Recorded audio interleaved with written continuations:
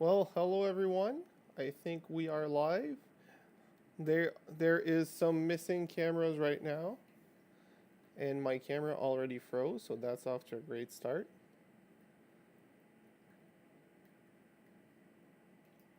There you go. And oh, not this. I can see that. Good. Glad to see this. All right, so this should be good. This should be good, and I'll actually bring it down to this. That's too small. That's what she said. That should be great.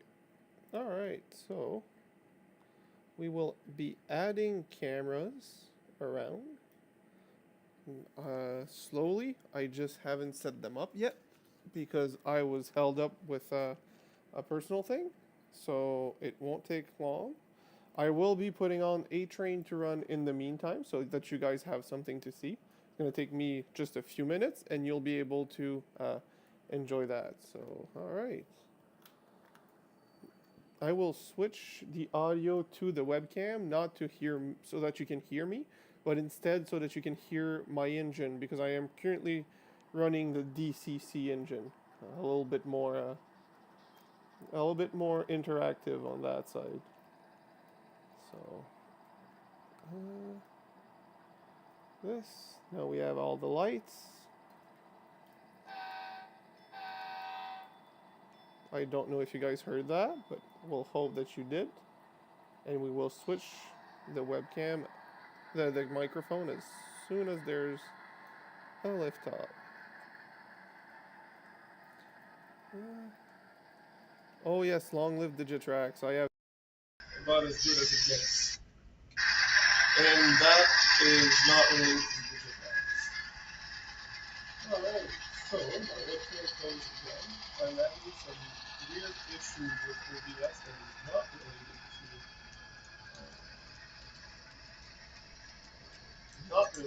to my cameras, but that's a different story.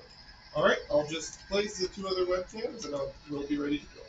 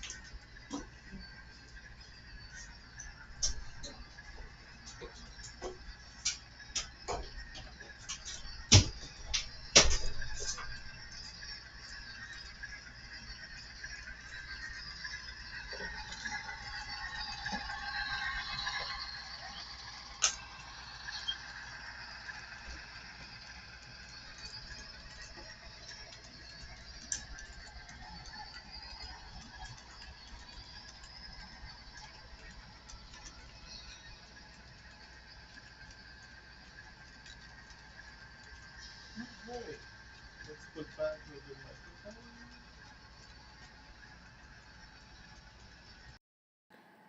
There you go. You guys should hear me a little bit more clearly. And let's put this. Wow, this is all sorts of wrong, but at the same time, it's not. So this is gonna go where it belongs. I'm gonna go, oh, not this. I'm gonna go on this side. This is going here for now. I cannot select the right thing to save my life. Like this, that makes sense. And now I just need to move the light strip or the camera for this one. I'm gonna move the camera, it's gonna be much easier. Alright, give me another 30 seconds.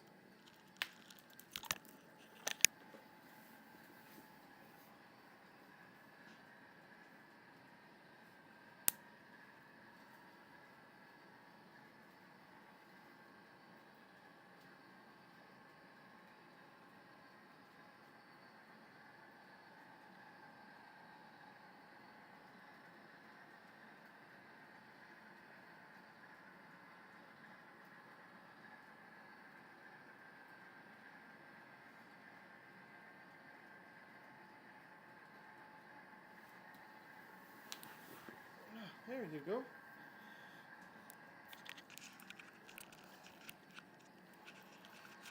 All right. I mean, it was either that or, I mean, there's no better option, so I guess that was it, huh? At least I'm not wearing my PJs, so it was again for safety reasons because I was clearly climbing on a rolling chair again. Do not call OSHA. So this camera needs a little bit of a turn, like this. And we will see cars fly through, so that's going to be nice. And this camera is going to get sized down so that we can see from above most of... Actually, I'm going to set it here, like this. I'm going to move myself to where I physically am, or not. Move this. This. And you guys don't need to see me much, honestly. I'm not that interesting to look at, so I'll just put myself in between there and put that in front. There you go. That's all you need to see anyways. You don't need to see any more.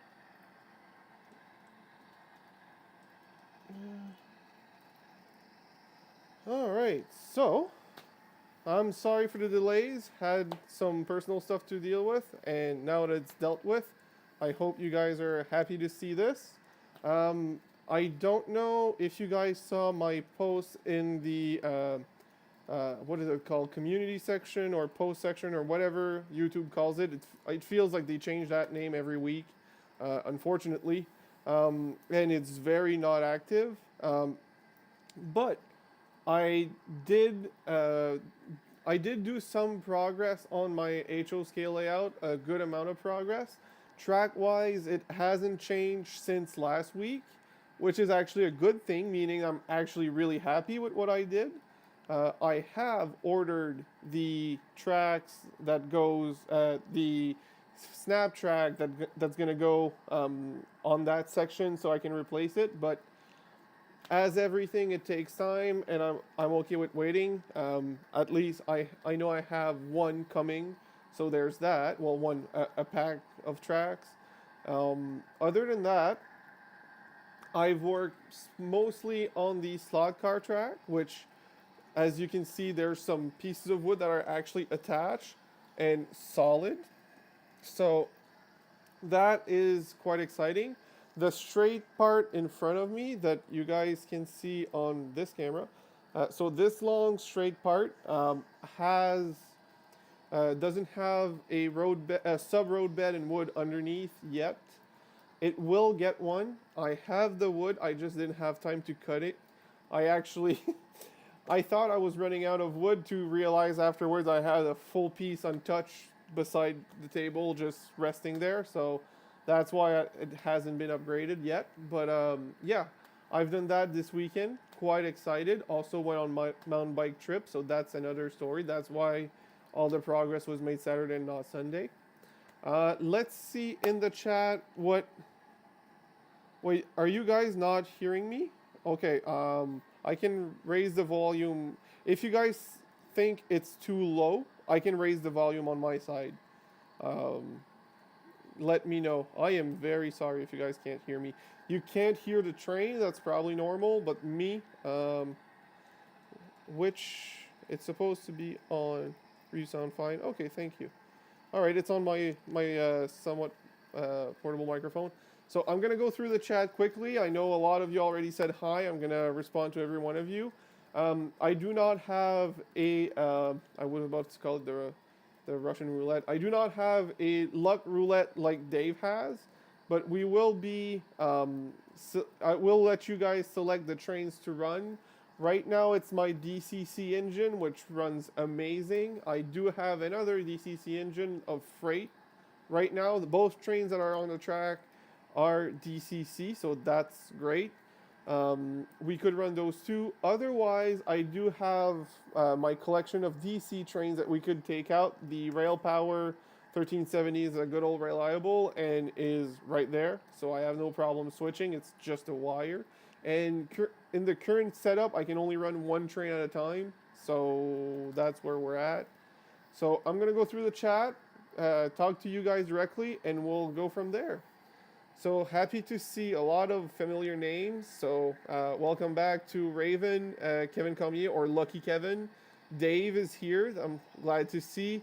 Jim, obviously a good friend of mine. So it's just nice to see that he's out of Dave's cage to be in my cage until the night ends when he goes back to Dave's cage. So there's that.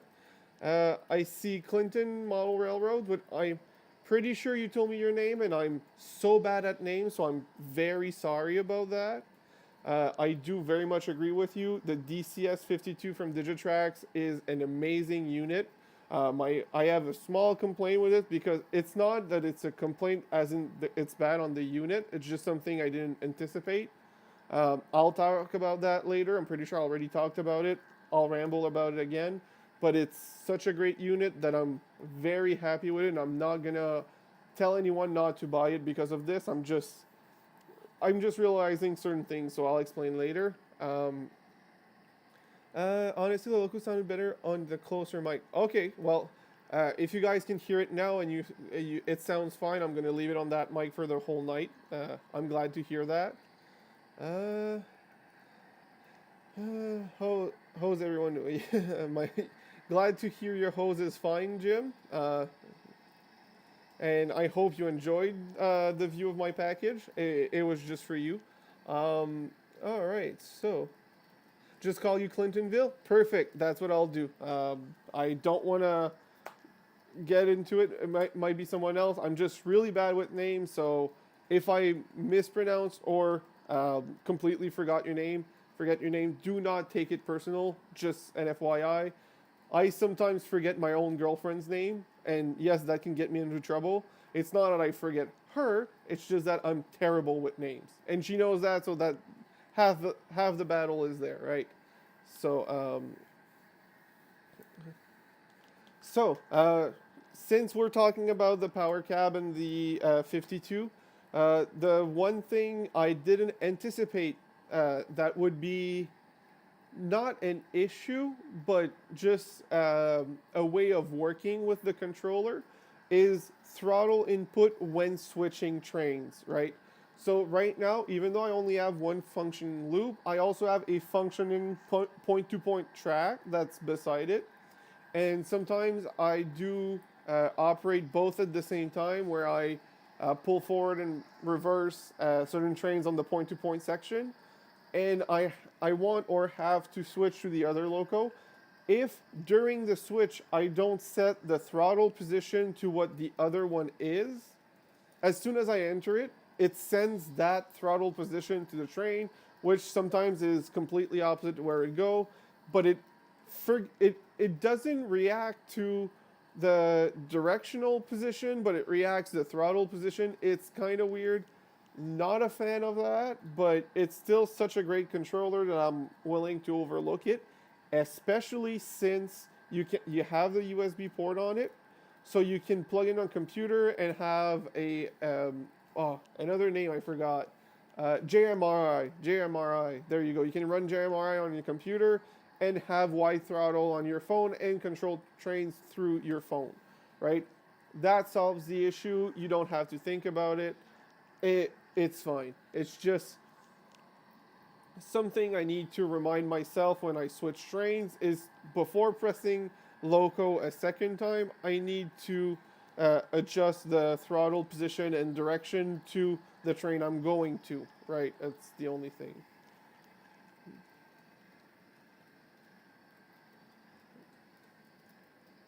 See, that's perfectly fine. That also is an option, Clintonville.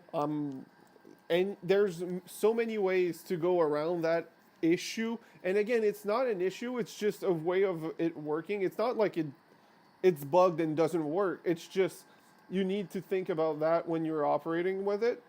But again, if you have multiple controllers in either configuration with either the DT602 that you bought, or you use wide throttle on your phone, or you even use the jumper connector to use a DC controller to it, that all works, right? It's a problem solved. It's not, it doesn't impact you as much. There's so many ways around it. It's not a problem. It's just not something I anticipated. I didn't even anticipate having that issue because I didn't anticipate controlling multiple trains at a time, because I was so used to DC where it's so tricky to control multiple trains at a time that I didn't bother doing it really, or had a controller per loop or something like that. It's so easy with DCC that it became not a habit, but something quite natural and normal to me, that it did happen pretty quickly, right? Uh, uh, if it's a pull, not all controller can be slave to DCC. If it's a pull system, it will not work. That's great to know. Fortunately for me, the controller that I currently have is not a pulse one. It's a variable voltage one, a regular DC controller. But yeah, that's very good to know. That's very good information to have for anyone out there, including me that didn't know that, right? That's actually really nice. So thank you for that. So let's readjust the top camera, because I'm looking at it and I don't like. It feels like it's pointing too much to the left. I'll just readjust this quickly. So I will move out of the picture so you don't see my package, and then I will start a car for the slot car track. I don't know if you guys saw my my little short that I made, that YouTube short, where I ran the skyline around it, and I did use multiple angles. It was quite fun to do. A little bit more difficult than I'd like to admit, because my phone's button wasn't always responsive, but that's beside the point. But it's quite fun to feel like you're looking at the car driving by you in multiple areas. So I'll be right back. I'll just switch to, I'll just move the camera quickly.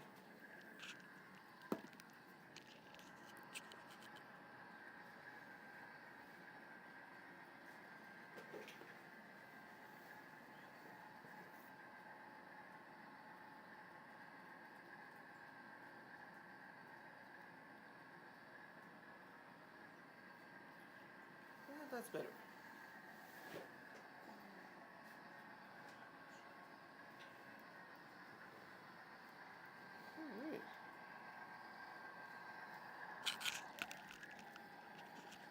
All right, so this is looking nice to me. I would be ready to run a slot car, so I will take them all out and put them on the table somewhere that's easily visible in a shot. Why are you stopping? The connection is fine. Oh god. I will be putting extra feeders once I have the proper track for it. Don't worry about that, guys. Uh,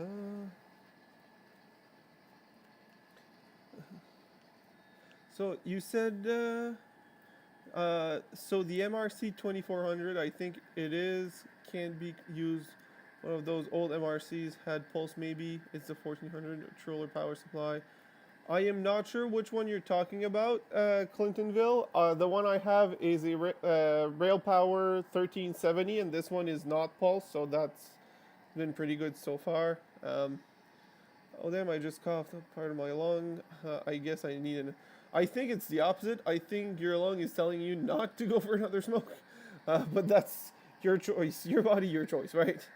Hello, Jeff's Train World. I will take out my cars and let you guys decide which one you want to run. So give me a second, I'll take them all out.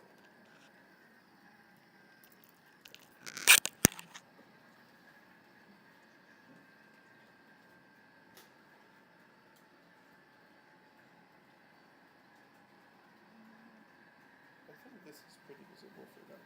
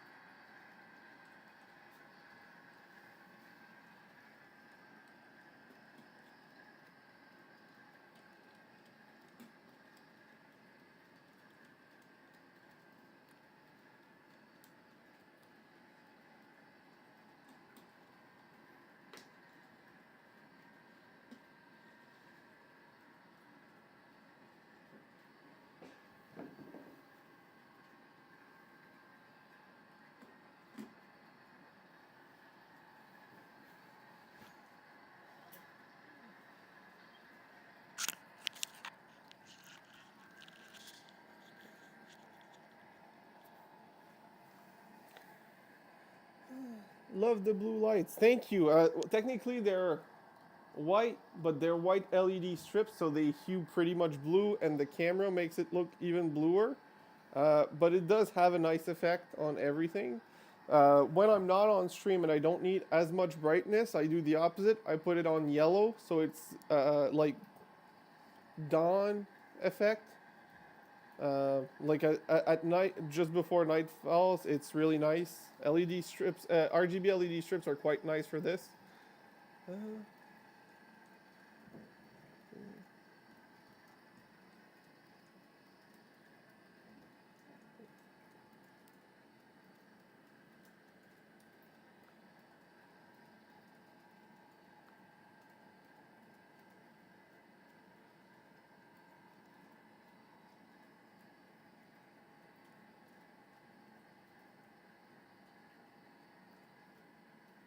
that's pretty cool. The light that mimics the effect of the sunrise and sunset. That's pretty cool.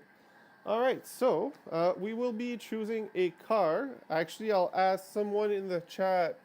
I'll do it this way.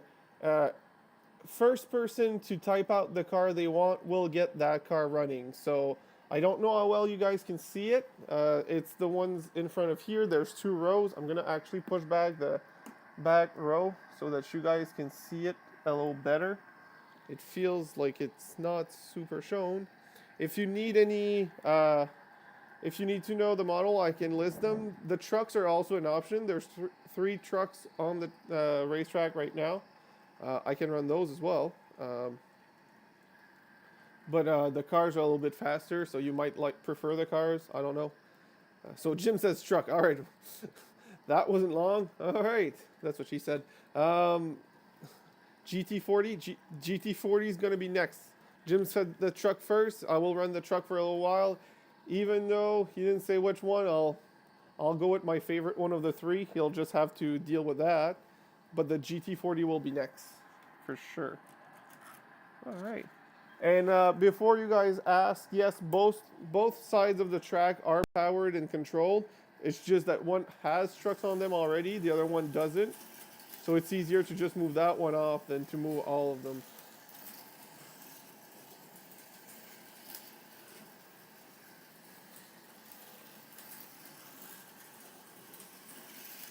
Oh, first crash. Nice. That was faster than I expected. I was too fast in a corner.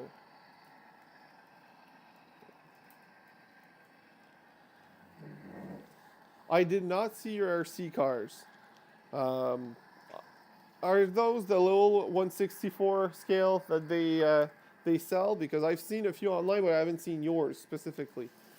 So I will go check it out after the stream for sure.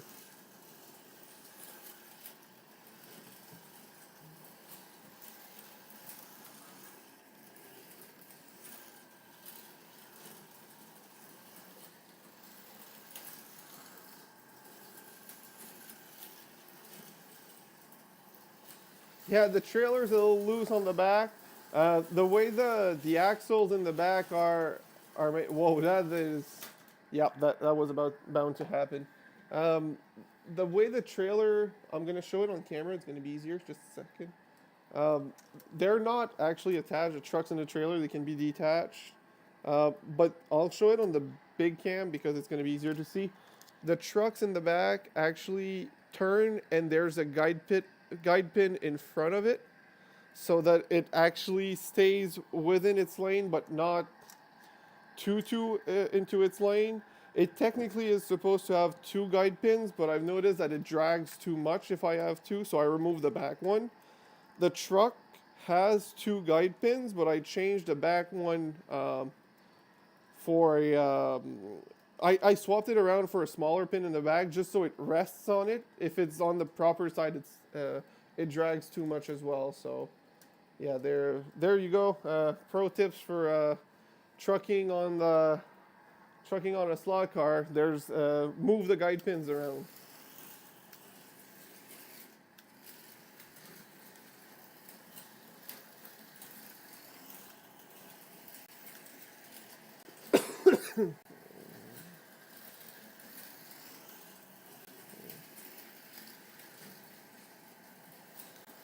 So what I'll do is I'll do 2 cars, and then a train, and then 2 cars, and then a train for rotation.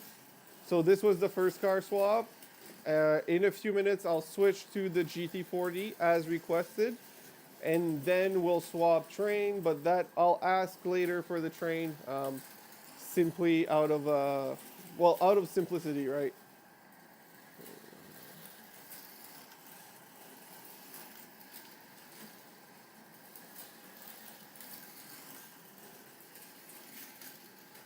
Oh, trailer drift again. It swapped lane and it went gonna hit something else.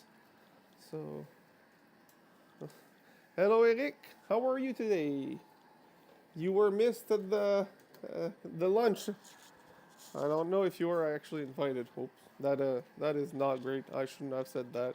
Uh, I'll explain to you tomorrow. Uh, but yeah.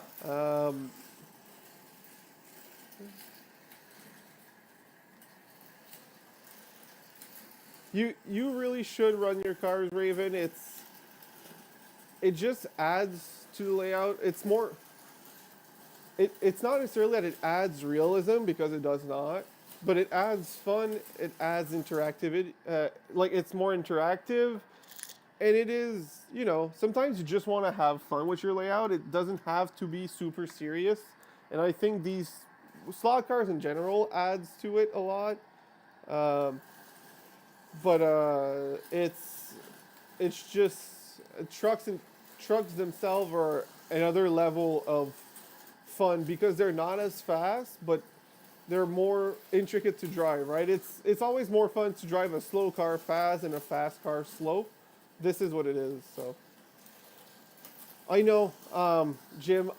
I'm actively looking for one like nonstop, and every time there's one that pops up online, it's always over $100 US. I've seen multiple 150 to 250 US dollars for that railroad crossing that was sold $15 15 years ago, and half of them are used and like properly used, right? So I'm so not into it. There is, you don't see it here, but there is something coming. I'm gonna show you quickly with the webcam. So people who get sick, watch out.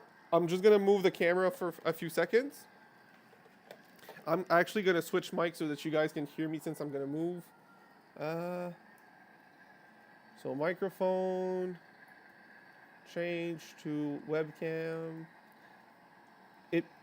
I might not sound as good, but it's just to show.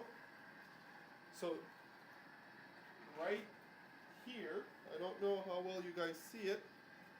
I don't have slot cars connected to it because I need to do 2 slot car tracks. I will go more in depth when I do an actual video about this. But there is going to be a jump over the track, and I'm gonna set you guys down so that you don't move too much. Like this. Alright. So the jump there is perfect height so that if it's a flat car, I can jump over the flat car but not over anything else. That way it'll add a lot of excitement when I race over that one. But yeah, I'll go more in depth later as to why there is a jump there but not 2 tracks yet. And now you guys can't see anything, and that's my fault. There you go. Yep, that should be good. Alright, so it's about as good as it was.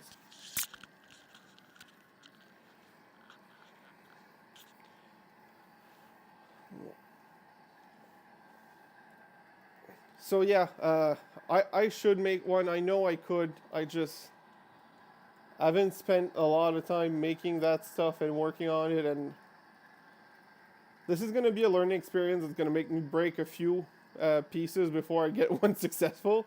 I know that's going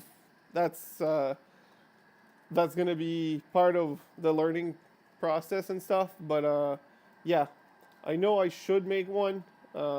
But for now, I'm going to use the jump instead. A jump in itself is exciting and fun, so that's going to be the plan for a little while. And also the jump being, spaced out 3 inches because it's supposed to jump over another slot car track, not over a train track. I can put it at a slight angle and I can move it around. It doesn't have to be fixed in place with the track, so it gives me a little bit more flexibility on the install. So that's going to be an option for sure. But yeah, that's coming. The jump. I will, like I said, I will go over that later. But technically, to do a quick summary, I really want to run my trucks, but there's also some stuff like the jump or the hairpin that I don't have on the table right now that don't go through. Raven, I appreciate those, but I'm sure if there is, those don't ship to Canada. That's the other problem.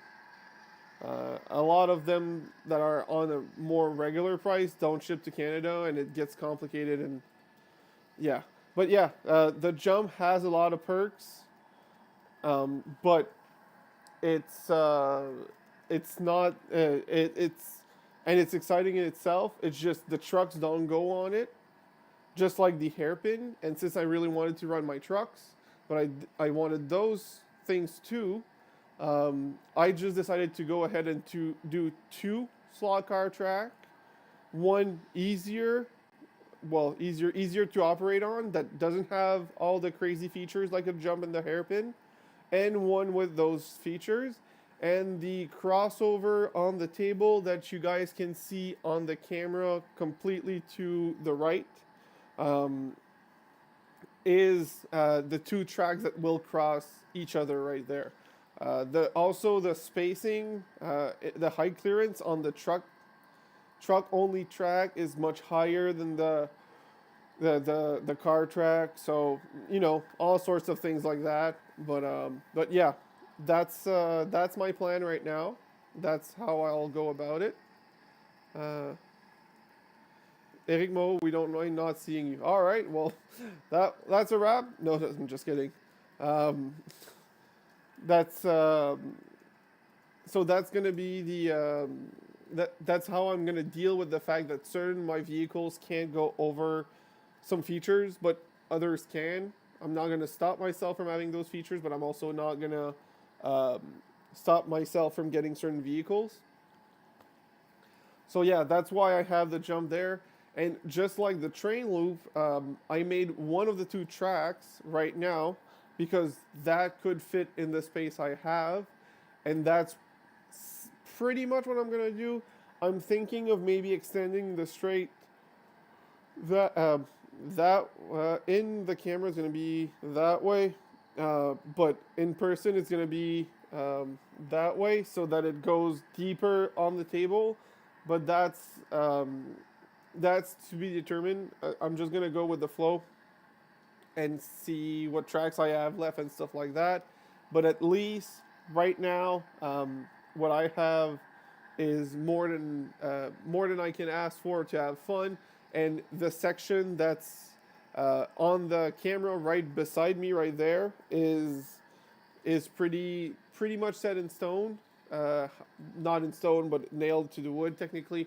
But it's pretty much set to what I want, and that's staying there as is. So that's that. So yeah, that's uh, that's what I plan on doing. Now, oh, the truck got off track, so there's that as well. There you go. I was coming in too fast in the corner, and it just jumped off. How well do you guys see the vehicles moving on the track? Is it a decent experience, or is it pretty much useless? Because I don't want it point, I don't want it to be pointless for you guys, but at the same time, um, that was part of the reason I wanted to do the stream is, to show the cars go around the track. So I don't know if you can see them clearly.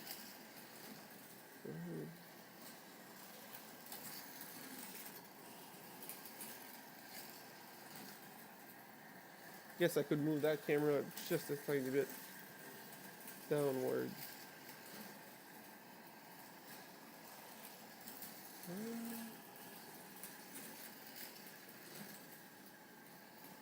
It's cool seeing it all perfect. What I might do,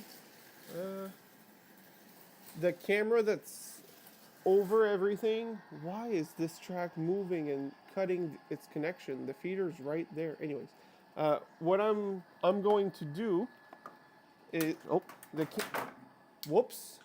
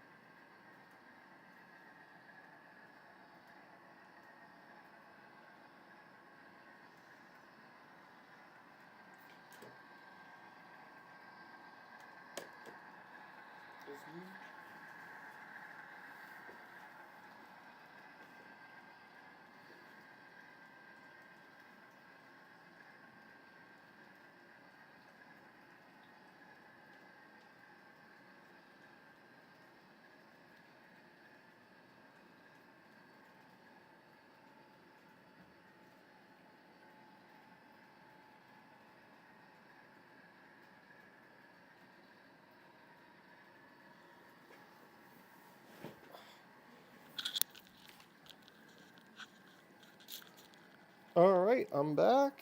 This makes sense. Let's see how that goes. And the truck's not moving anymore. What else did I break? Okay, it's fine. Oh boy, trailer's gone rogue.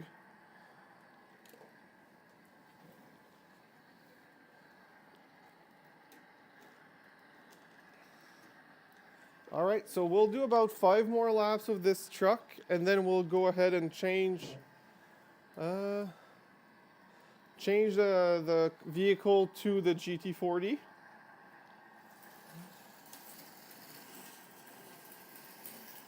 So I think this is worse. Actually, I wanted to highlight the corner that's on the left, but turns out I just hid too much of the corner on the right, so I don't know which one's better. I mean, you can see the corner on the right with the main camera. Whoop, now it stopped moving. I will switch to DC after this engine, because this is a nightmare for absolutely no reason. Easy track is not so easy after all, huh?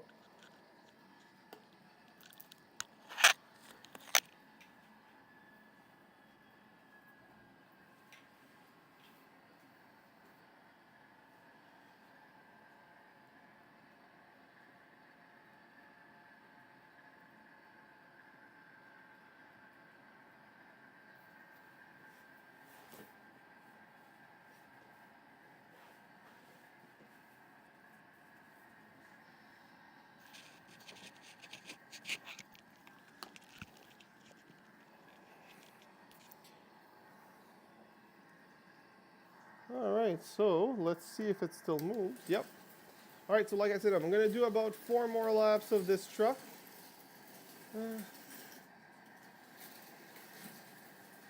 Don't worry, I'm not keeping... I'm not going Kato, but I'm not keeping the easy track there at all. This was temporary until I get what's in the mail right now, which is a set of Atlas track that's going to be all hooked up properly together with good rail joiners, good nails on the wood, everything. It's going to be perfectly fine after this. It's just temporary.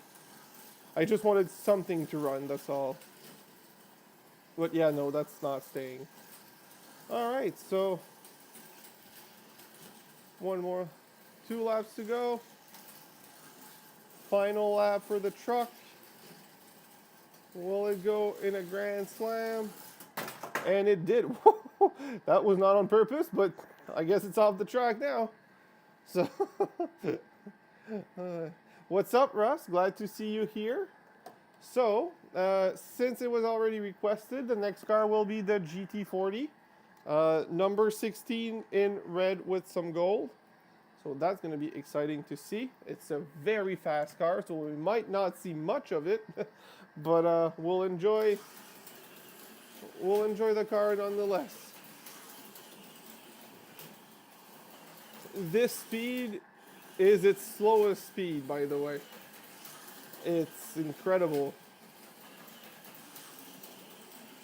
For the Ford lovers, this is a good representation.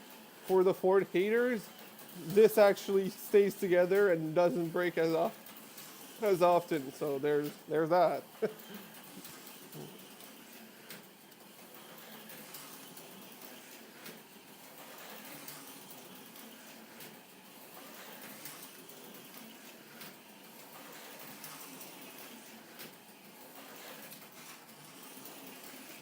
Oh, accident. I was trying to push the speed and I lost the car.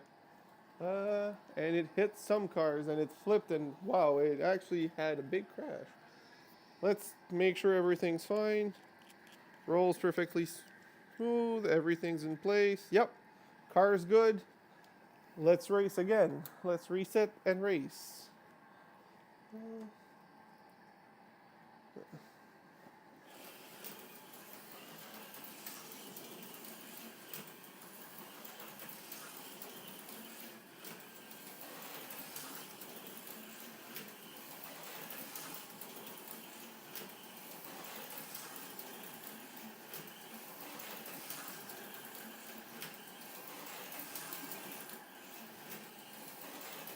Oh, Jump.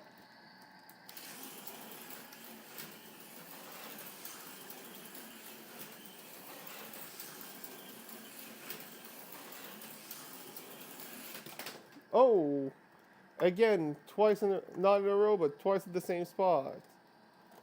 So before I say anything, just to make it clear, this is a driver issue, not a car issue. I just pushed the corner beyond its limits, pushed the car to beyond its limit, and that's what happens. But the car is fine. These AFX Mega G Plus cars are great. They're very fast. They look great. They're very low to the ground, which makes them hook better, and they have a very strong magnet. So that's why this is its minimum speed.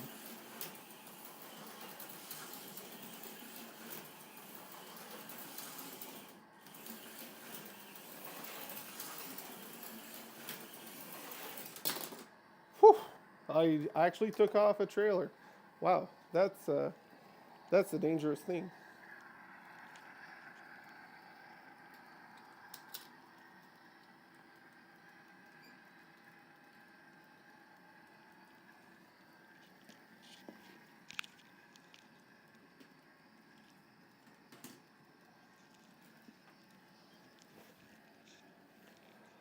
So, Russ, yes and no. They're called HO cars, but they're not actually 187. They're 164. They're basically Hot Wheel size. Um, they, just like Hot Wheels, they're not actually to scale, but they're close enough. The trucks are very close. I'll go grab the one that fell earlier and I'll show it on camera. Where's the actual truck up there?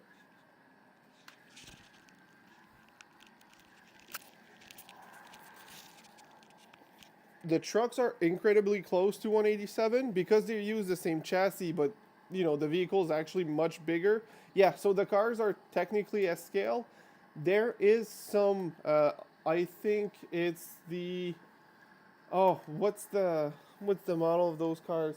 There was a series of HO slot car back in the day made that was actually 187, but they have changed since to 164. The trucks, like I said, are close to 187. I'll show you actually a truck to scale, and then I'll show you this truck side by side, right there.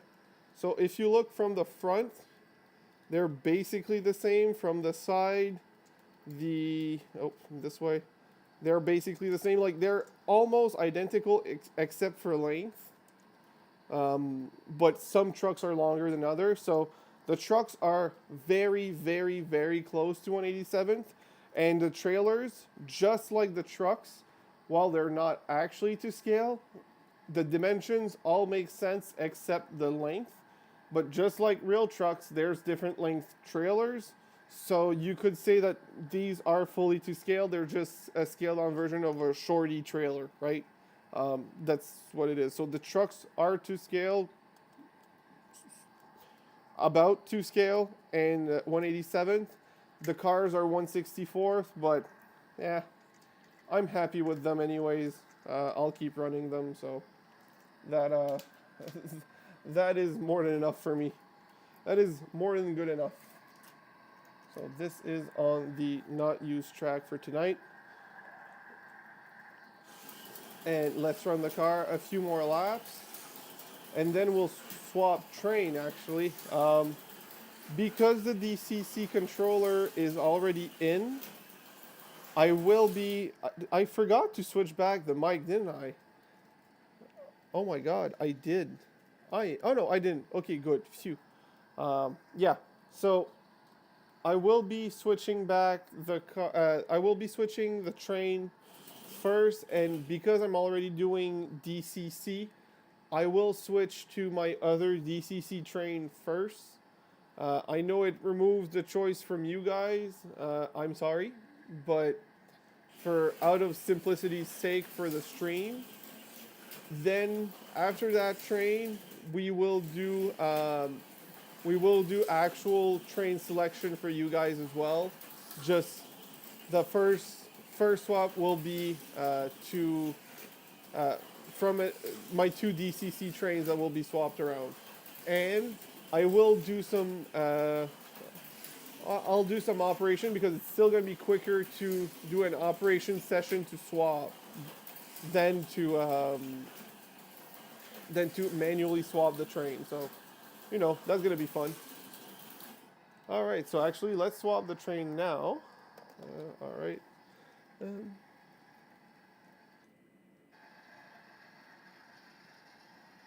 yeah, that. Oh, that Mo, that is a question I don't like to answer without my attorney present. The amount of cars that I have. Let's just put it that way. Uh, we don't talk about the amount of cars without an attorney. An attorney. So just putting that out there. Uh, all right, so let's swap trains. I'll let it loop back to where it just was, and then we'll move. Actually, I can start moving that one right now. 30 engine.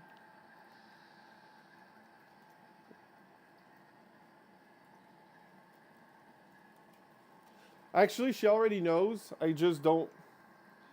I don't want to remind her. The first rule of slot car clubs is you only have one car and spare parts. That's all you have, right? That's all you have. The orange one, yeah. I'm. I'll actually run it right after I swap trains. That's gonna be pretty good. That's a pretty good choice. And this one has lights, so it's gonna be even easier to see. All right, so this one has almost cleared the switch, and now it has. All right, so recall OCO 908 set. Ayo. We'll slow down that one. You guys can't really see the swap, huh? Ah, shoot. I wish the cameras would get it, but unfortunately, it's not looking like you guys will be able to see it. All right, I'll go change the switches around over there, and I'll be right back.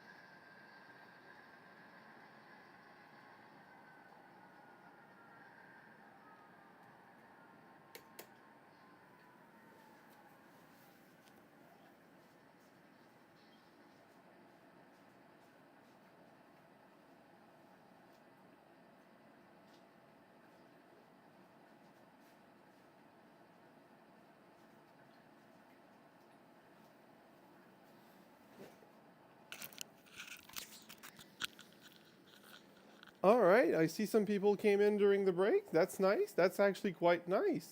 So, hi, having good time. You're our Tim. You're the person who told me his name. Nice. I remembered. Not too bad. Hi, Colleen. Glad to see you here as well. I hope you guys are having a good time. Not making a joke with Tim's name. I just actually wanted to hope you that. What I was just doing was switching engines. I just ran the Via Rail, and now we're switching to the F7s. Staying with those two for right now, simply because that's my DCC controller. After the CP Rail has done quite a few laps, we'll switch to DC and my other engine, so don't worry. You guys will have plenty of time to choose trains and stuff like that. It's just for now. It was simpler that way.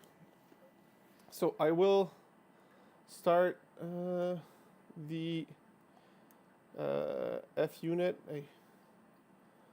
40, 30, loco, move forward to about 28%. Recall, loco 908,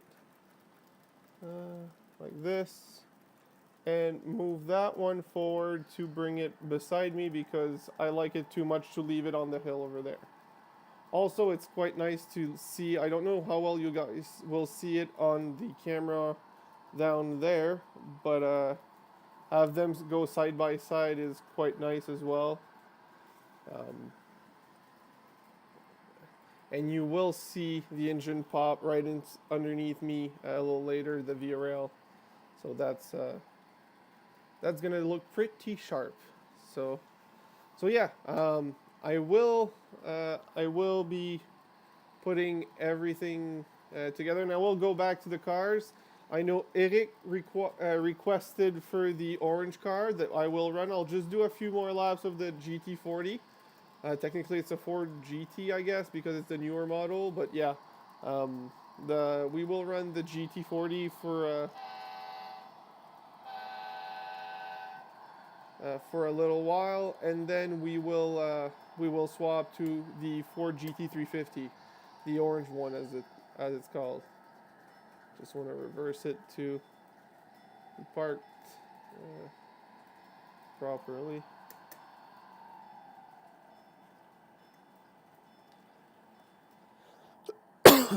And power issues again with the DCC loop. I swear to God. It's the joiner on the easy track that's the issue. Nice. Alright, give me a second. I'm going to try to change that joiner.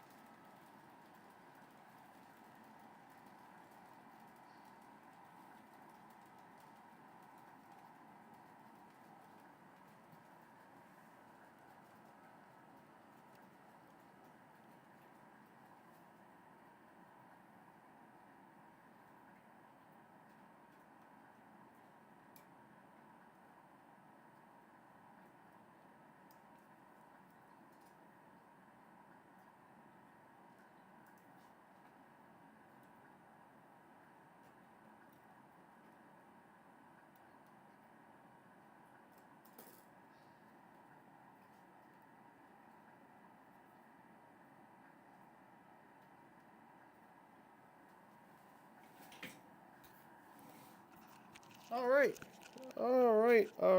So, power should be a little better. I can't guarantee anything, but it seems that it'll be a little better. And now we'll run the cars again.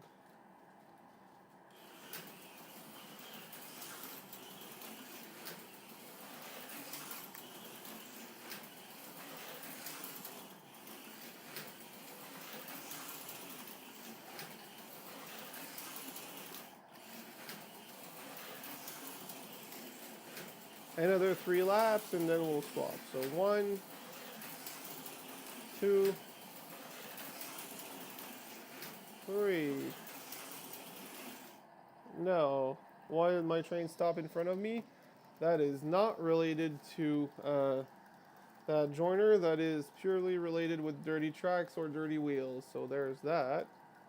So I will swap the GT, the Ford GT on another track. So, oh, not on the floor. I said on the track.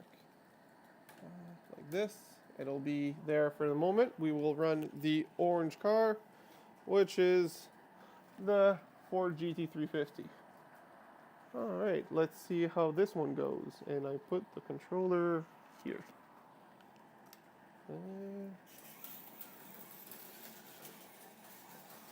This is part of my Underglow series, which is where I add Underglow to my cars. And the train's still having issue, and I know it's for a fact it's not the engine. So that is unfortunate. I'll go grab a pair of pliers and try to work the Easy Track side of the joiner.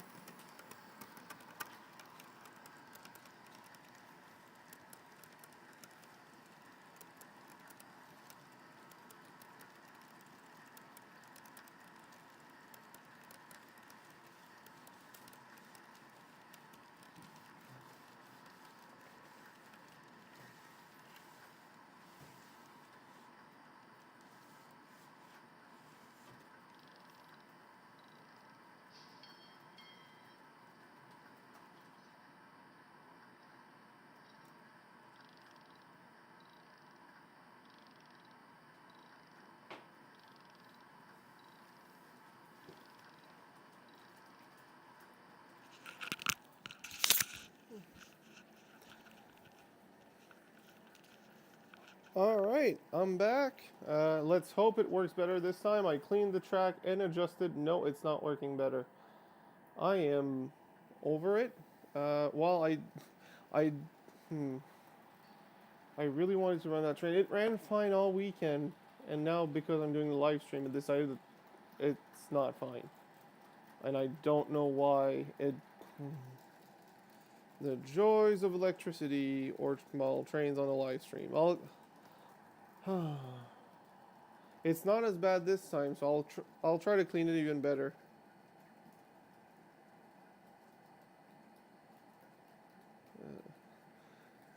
So when you get the new track till you do a stream, I will not be shooting the shotgun because while I personally really don't enjoy it, I know some people can, so I'll keep it for someone else who wants to start model trains but doesn't want to take the plunge and spend all the money on new track right away. So I'll give that benefit of the doubt and wait a little bit. So I'll give it to someone else or sell it to someone else for cheap. But I will be so happy to not use Easy Track as soon as I can. So that is for sure. thank you, Colleen, for the comment. I do enjoy it as well very much. I will just mess around with this and leave the microphone near my other engine for sound effects while I'm working on the track. I'll be right back.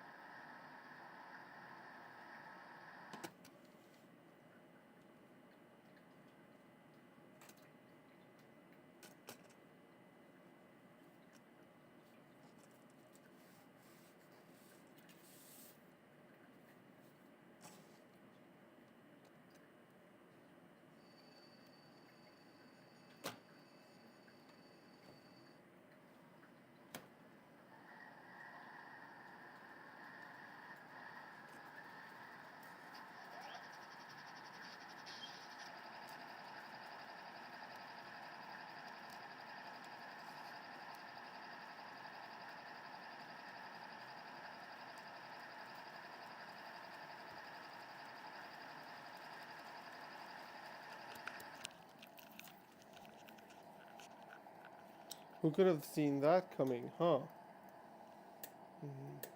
Easy track and its not so easy features. Not a fan whatsoever. I will try something else. I am just over this. I am just so over this.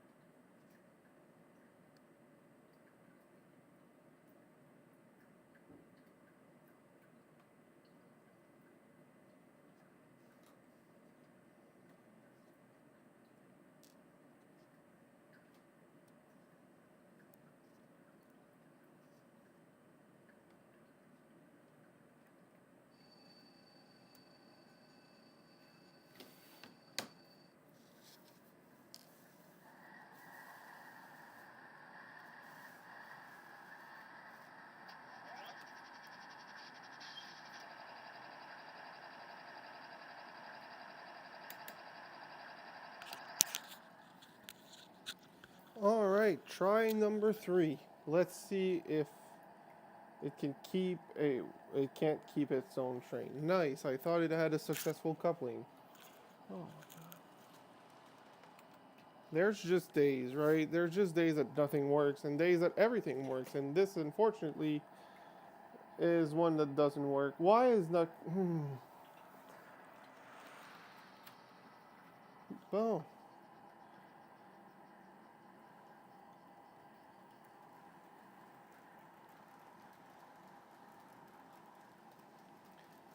Now let's do a lap to make sure it actually runs and then we'll see. You guys probably didn't see all the change I did. I actually swapped over where the power goes into. It's a complicated thing with the bus rail and everything. I technically it's my fault, but you know, when it doesn't work, it doesn't work. So yeah. It kept power there. We'll see if it keeps it in the curve. If it does, we'll go ahead and continue the stream. If it doesn't, we'll still go continue with the stream, but I will change the train. And it kept it. Good. Finally.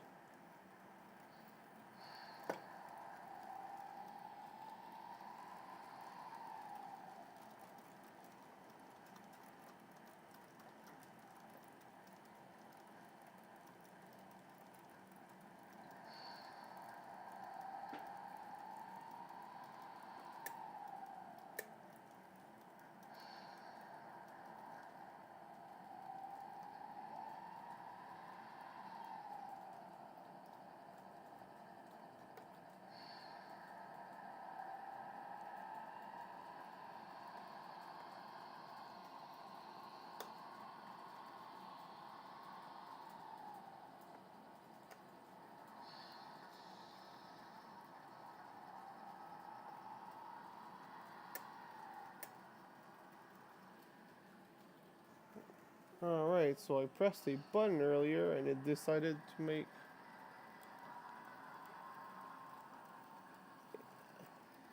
a noise it's not supposed to, but that's a different story. Alright. Alright, so that's good. The CP has not stopped in a little while, so we'll just chug along, I guess. So now let's make the GT move, the Ford GT350 move. Where is my little push stick key? Oh, right here. It decided to be stuck on a piece of dust, so we'll fix that right away. There you go.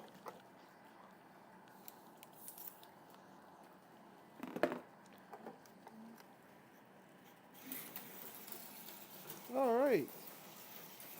Now we're in business. Let's hope it stays for a little while.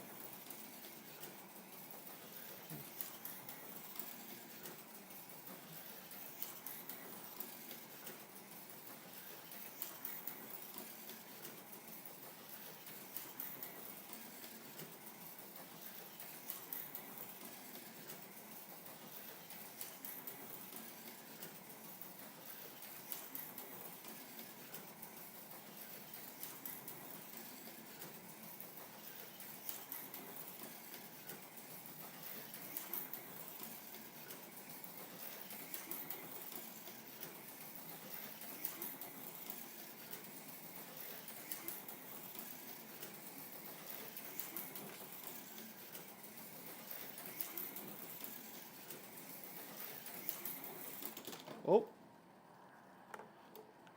Accident, accident. Almost fell on the track. We will fix that right away. Alright, so grab it right there with the magnet. Best thing I ever got was this little magnetic pole. Let's race the train and win pretty easily. There you go, I won.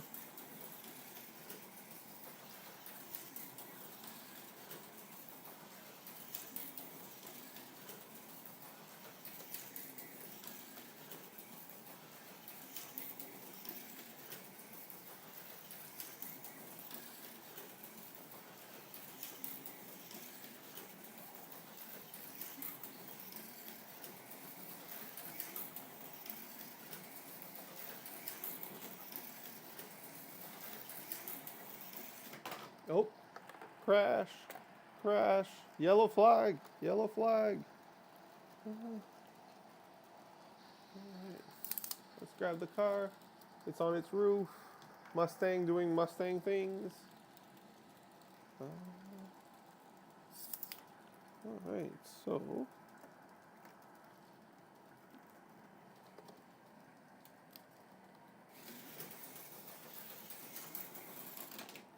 wow, that was quicker. I should put a crowd right there. Quicker than expected.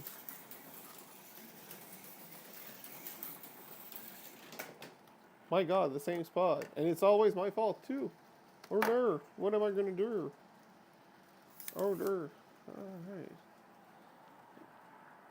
There you go. Work smart, not hard.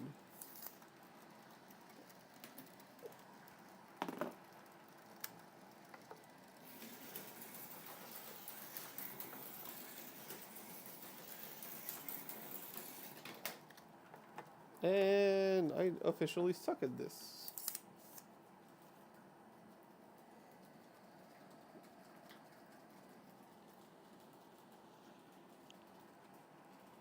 You're supposed to be good when you show your race car, especially when it's your own track and your own cars.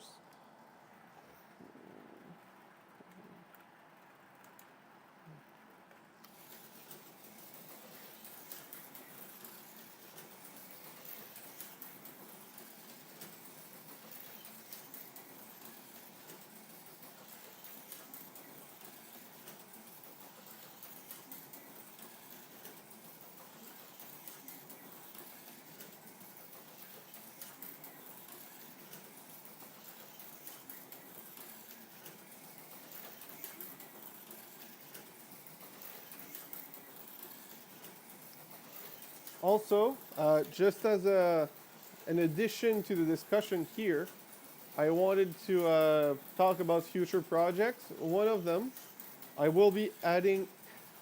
Sorry, guys. I will be adding a lap timer to my layout, to my slot car track, and I'll be putting that timer in the screen here so that you guys can see the lap times I do, and we can try to set records and beat records and see how quickly I can go around the layout. It's something along the line of seconds. It's not minutes, it's seconds, but it still could still be fun to do, right? Seeing records, trying to beat them, seeing which car is better, which car isn't. It really depends on, well, a lot of things, but it could add to the experience, I think. So it is time to ask for someone, anyone, to choose a car from the selection down here, where I put a piece of train track in front of. I will be removing that so you guys can see it a little better. So if you guys can pick another car, a lot, not all, but a lot of them have underglow. So if you want to keep the theme, let me know. I will actually swap one car here.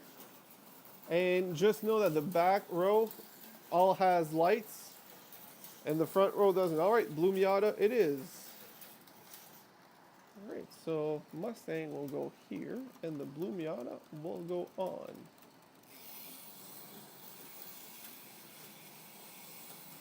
A much slower car, but it's just the way they're built very differently. Technically, it's the same. Well, it's the same type of motor. It's both a can motor, but it's not the same motor. It's a different gearing, a different era that it was built in a very different magnet. This one will spin out at a much lower speed. Like this is right before it spins out. I could go faster where there's a fence right beside it where it's in the outside lane, but when it's in the inside lane of the curve, that is the maximum speed I can get out of it without spinning out. So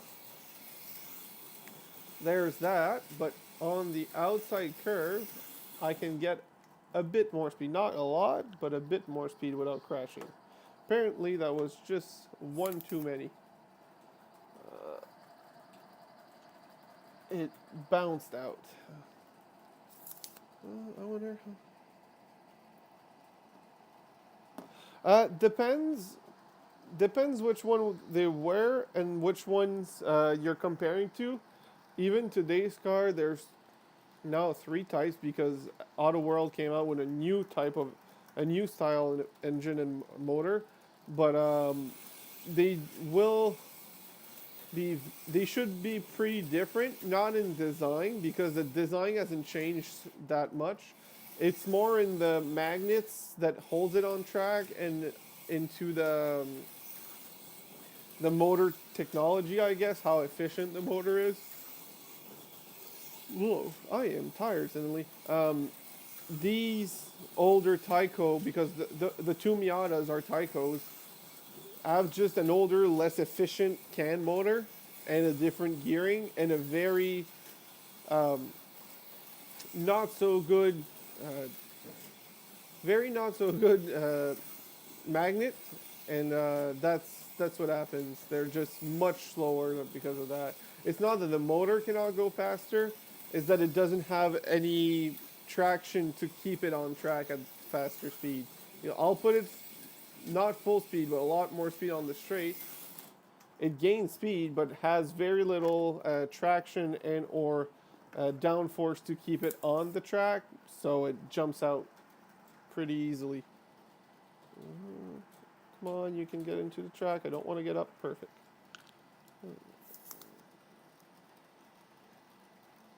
So I can show you the underneath of each, actually. So this is my other Tyco Miata. And I don't know how well you can see it. Actually, I'll put a light on it. It's going to be easier. Come on. There you go. So if I put a light on the underneath of the car, that is actually too bright. You see the black strip right here, there? That's a full magnet, but it's really not strong. The newer style can motor, which is the AFX, if you look underneath, I'll try. The two shiny squares up top, those are two neodymium magnets, some very strong magnets, two tiny magnets, but incredibly strong, exactly where the track is, so there's no magnet power wasted. These hook up incredibly. And then for, oops, there's a nail in that one. This last car, which I'm going to add some light to, the round circle there is also a magnet, but it's stronger than the Miatas, but really not as strong as the AFX car. So, and there's only one, so it slides a lot more, but also has more gears in the motor. I don't think I'll be able to show you in any of those cars because the windows are all tinted. But yeah, it has a few gears in there. It's a pancake motor and it has a few gears. So it doesn't run as fast anyways.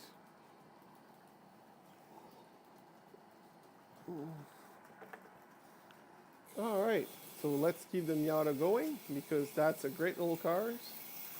And Miatas are fun. Oh boy, that is a hit and run.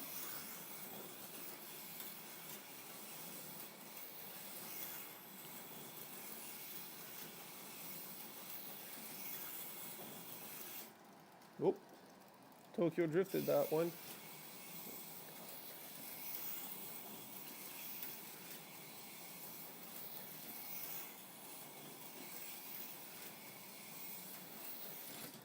Oh boy.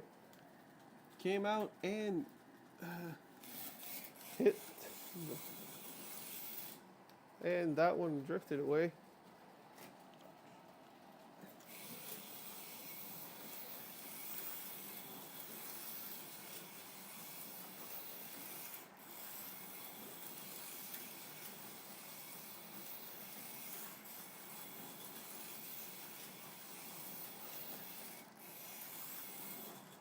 Oh boy, rode the side rail.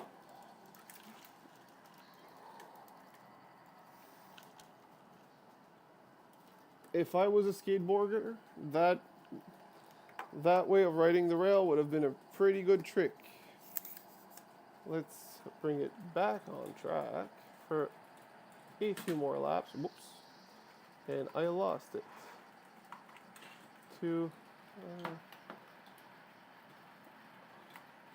Come on. Of course, it's on the shell side, on the body side, and not on the chassis side, so I can't get the magnet to hook up. I'm going to bring the car closer and go get up to go get it.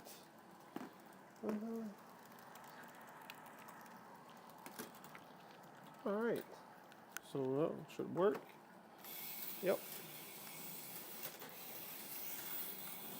And now I just realized I just hit the other truck, so I will make sure that it's not in the way and it's just my car that was swinging around like sometimes it does.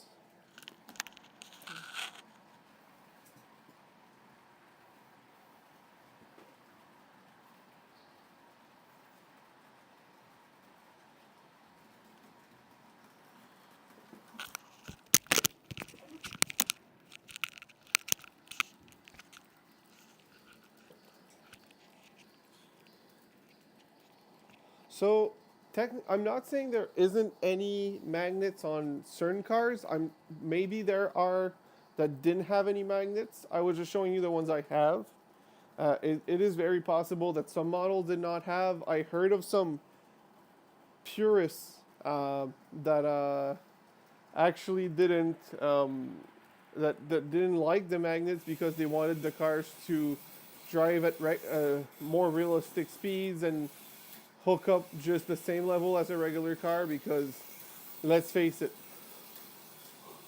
these slot cars go much faster than real cars would if you go to scale speed.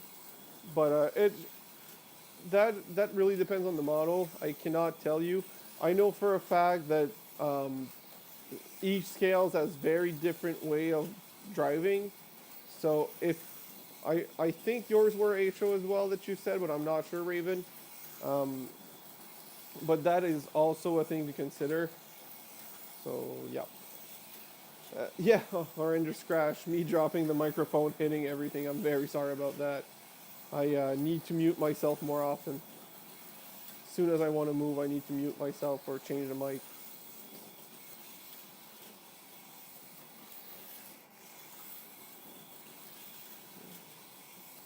So I will not be changing it right now, but if someone wants to put in the comment the next car, and or actually it's going to be either the car or the train, both will need to be changed. But um, just in case, I will. I'm suggesting both.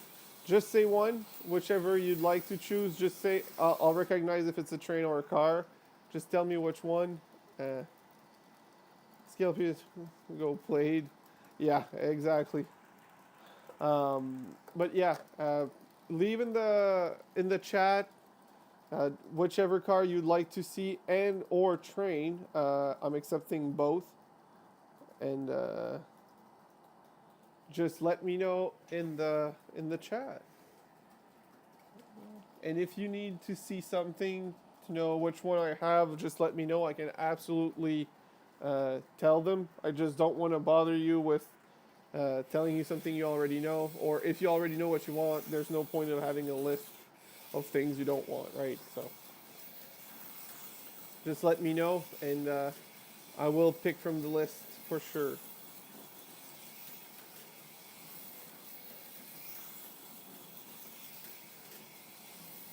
Oh, crashed again. I'll go get my DC engines while fixing that one. All right, I won't do the mistake of making you hear the microphone hitting everything. I'm gonna switch microphone right now. There you go.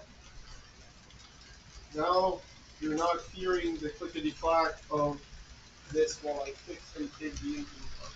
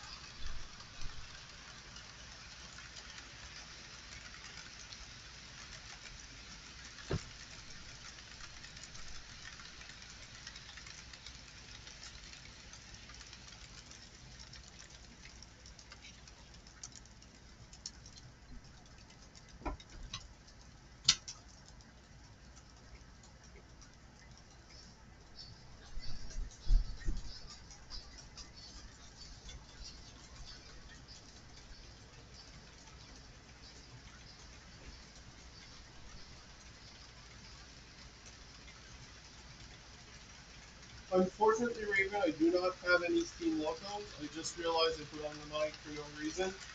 Um, I'm gonna put in an actually viewable area my locos because I'm now realizing that you can't see any of the ones I put there. Let me move it again.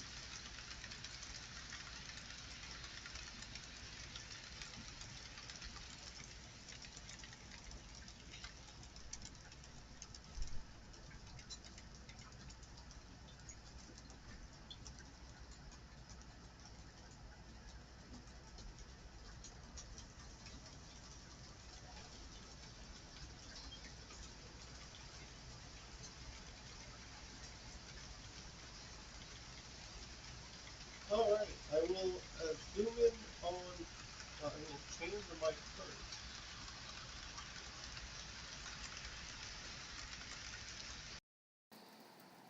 I hope you guys hear me better now. Alright, so I will try if I can zoom. Can I zoom right now? So, zoom. Uh,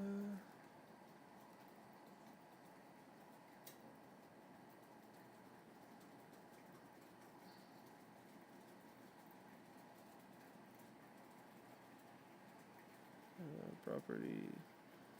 There should be a way to zoom in and out with this.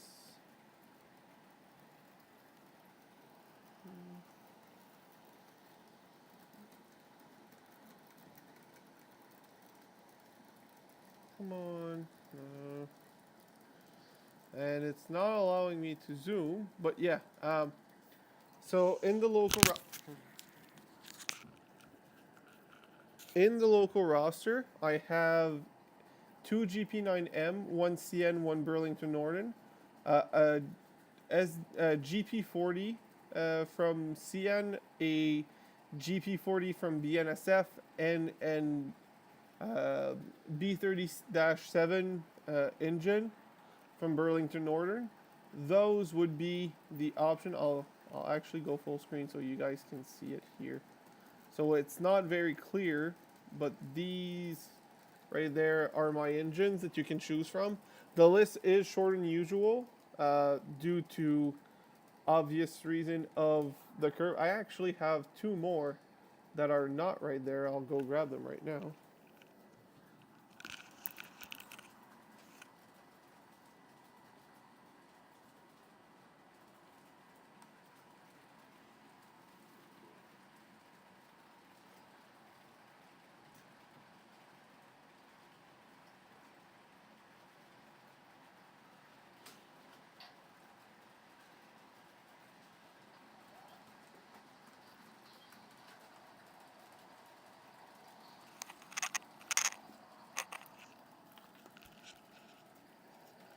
If you want to go back to passenger, I have the V Rail there, the F40 and the E8 from CP Rail.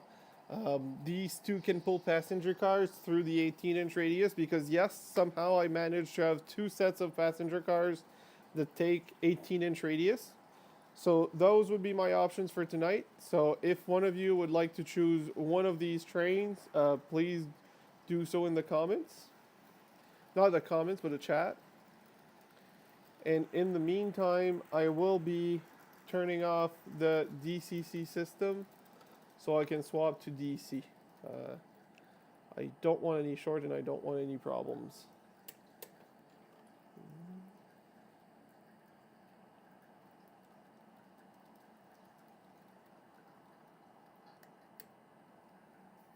All right, so right now the engineers are talking, so let's let them have a little bit of fun and we will swap engines right now. So just leave in the comments which one you'd like, and I will pick the first commenter to have an option from the list that you see right now, and put on the track.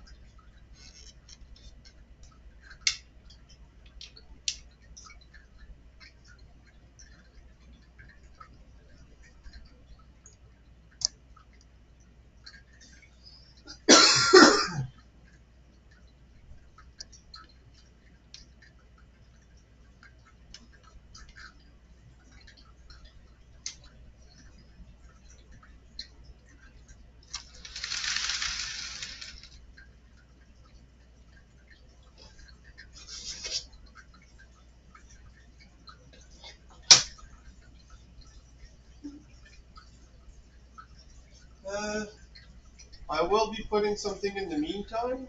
Just give me a second. You could run the Burlington order. This is a pretty little.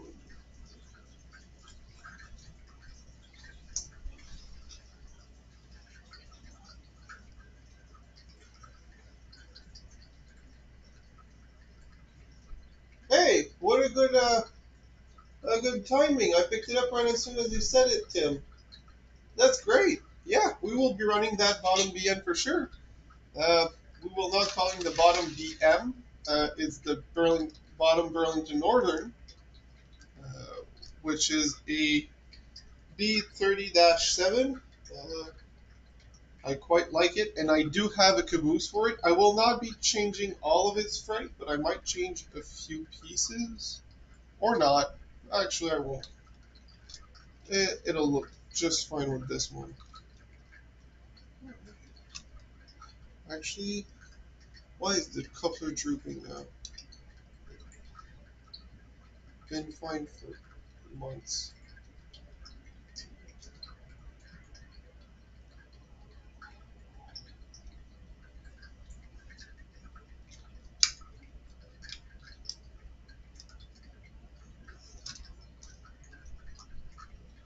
That coupler is a little high for it. I will be putting.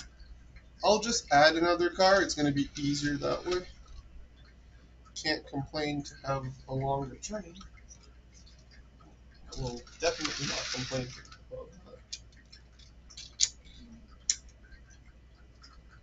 That's slightly better. The NSF didn't exist in the time of Burlington Northern yet, so we won't go that way. Alright, so is it nope, wrong direction. Right, let's hope it stays together. And we will be swapping the caboose as well. Yeah, that is a Bachman. I got it used for a pretty sweet deal at a trade show. Quite happy with it actually. This is gone, and let's put the matching caboose. Alright, back to the live stream. Let's reset the size of the camera. and we will be able to go at it again right after this message from your sponsor. I don't know if that's a good thing or not, Tim. Hey there, happy to see you here. All right, I'm bringing back myself. I'm changing. Ew, why am I not able to see you again? There you go.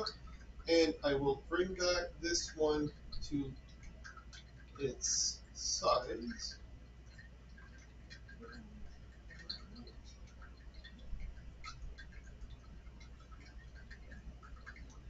There you go. This should fit there nicely. Oops. Lock it on the side. And actually, we'll go a little bit bigger. I'll move this one to over me so I can see even more of this and put myself in between. Laptop camera is right here, and I'll squeeze myself right there.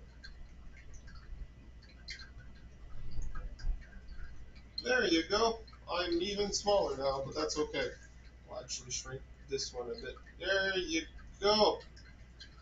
Uh, Now I can run the Burlington order.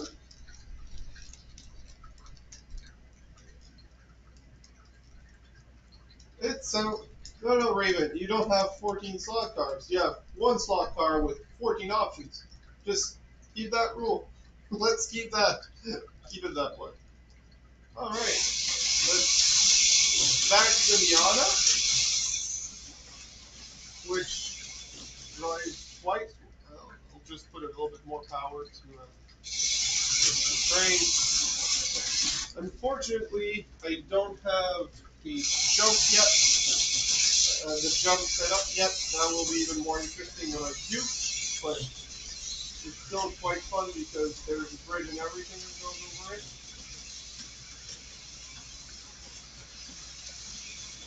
That is a really nice engine. Really happy with it.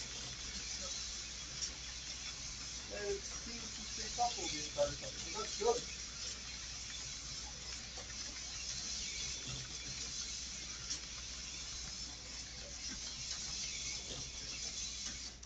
Oh, my two Volkswagen cars are cool. I haven't seen any Volkswagen slot cars yet. I'd love to see them actually. That sounds quite cool actually. Which Volkswagen are they? Are they Bugs? Are they Golfs? Are they which ones are they? I'm curious now.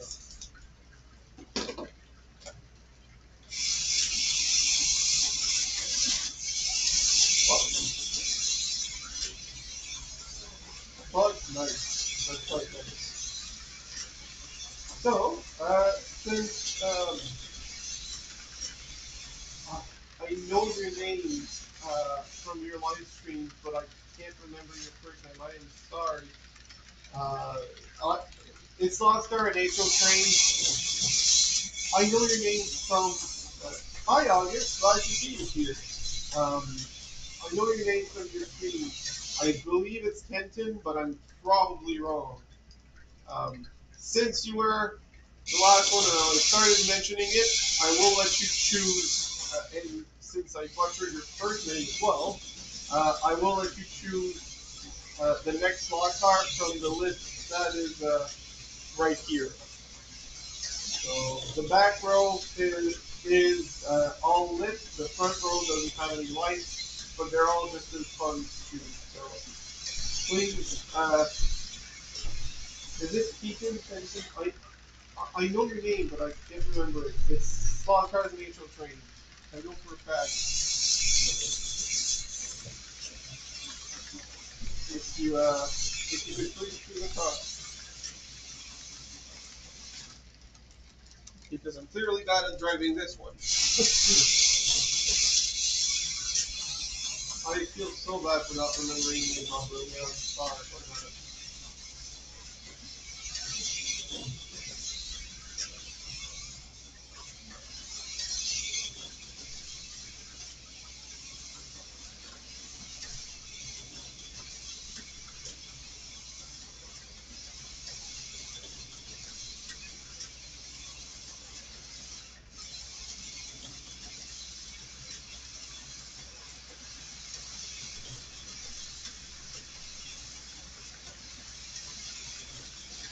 Oh, slide out.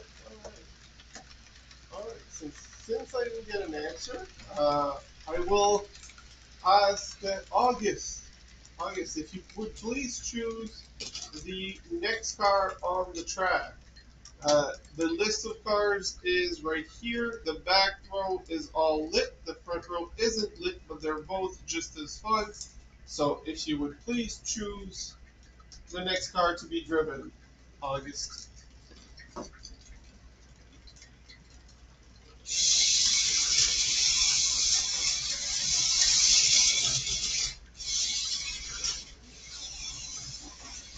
Oh, right. There's no official list. Give me a second. I'm gonna show you them closer. Uh, the cars are the one. I'll just wait for the train to pass because while they're still visible, they're not. They're not reachable for me right now. Um, I like this train. So the cars here. I don't know if you see my hand at the bottom left corner. Uh, uh, don't see the list, but pick something colorful. So before we go, the colorfuls will be the ones with lights. I have while it seems dark. Um, this one has two headlights. It's a blue 280Z. This one has a blue underglow. It's an Eclipse. This one has red underglow. And it's an Eclipse as well. I have a uh, a GTR with white underglow. I have a Supra with green underglow. Uh, these without lights have this is another Supra that actually drives faster. Another Miata drives exactly the one we just saw, and the Chevy without lights. This one goes quite fast. So you said the Chevy. All right, the Chevy it is. So this one's gonna go here. Alright, so let's grab this without making everything fall.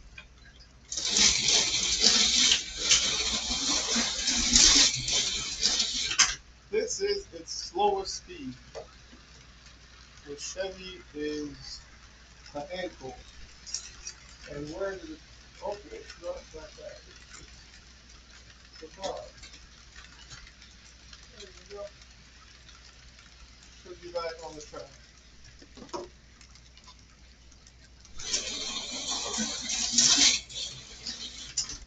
And I crashed at the same spot because I'm a bad driver.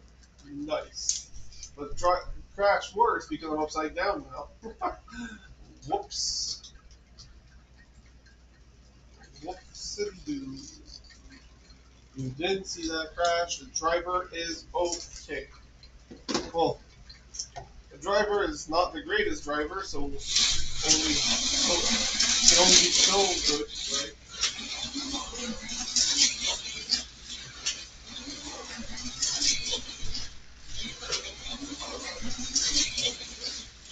I think the driver has some PTSD with that corner because he basically stops every time he gets to the corner, and he crashed before. Yeah, and that's the slowest speed. These AFX car with magnets are very, very fast. And wow, I went far this time. Will I be able to? Nope, it's not upside down, so I will have to go and grab it. Give me about 30 seconds.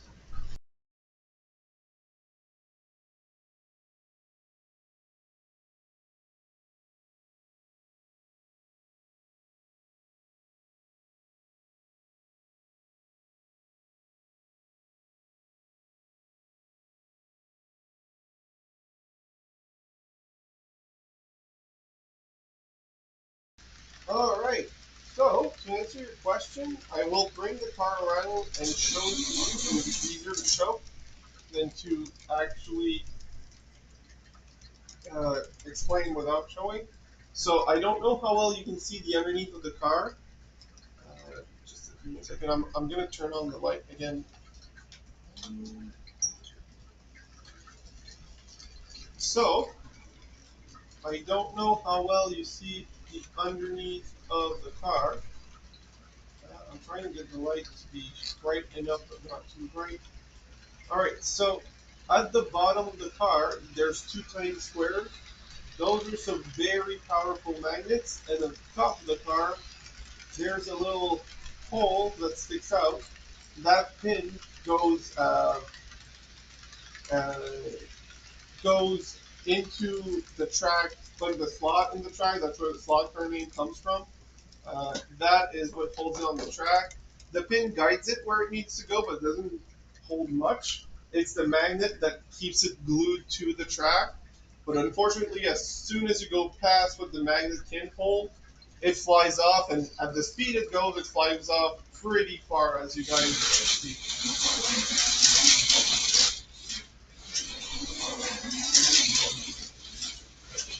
Oh, well, jumped out of the track.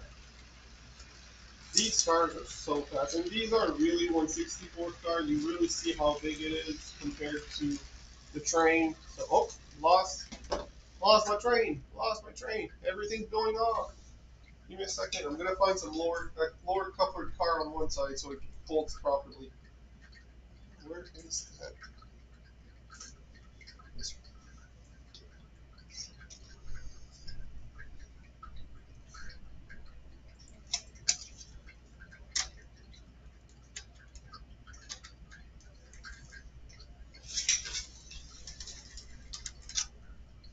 Nope, wrong side.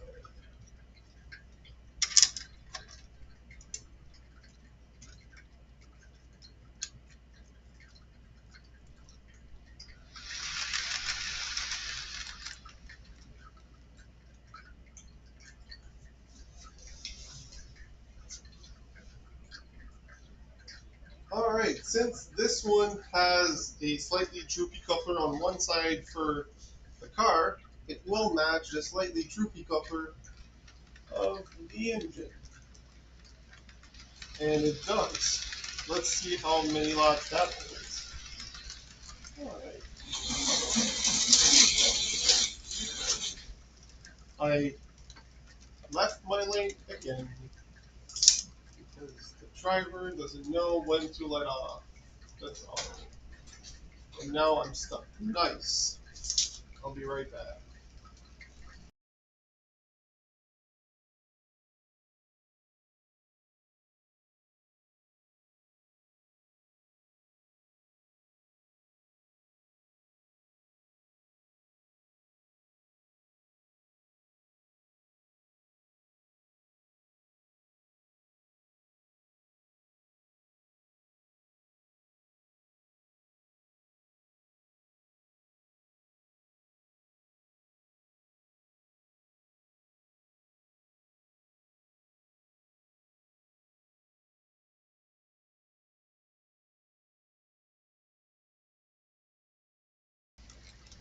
Alright, you guys should be able to hear me again. And let's see if I can hold more than 2 laps.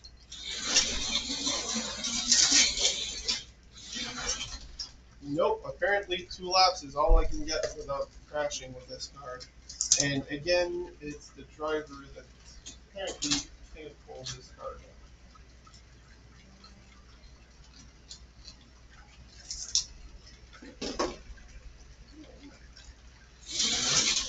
Wow, okay. Now that's just bad. How am I so bad tonight with this?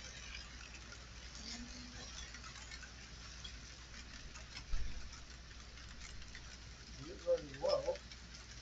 The car is really on this.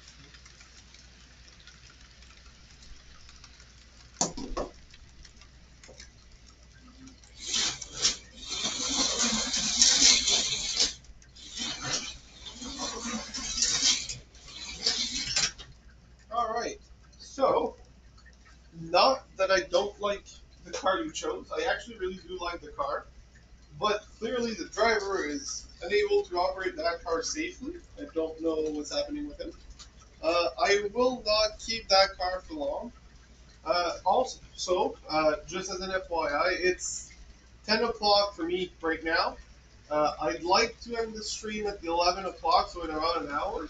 And I'd like to go through as many cars as possible, if I can get through the whole list. So, I will take off that car, and we will pick another one. If, yeah, thoroughly. Monsters and Camaros, that's what it is.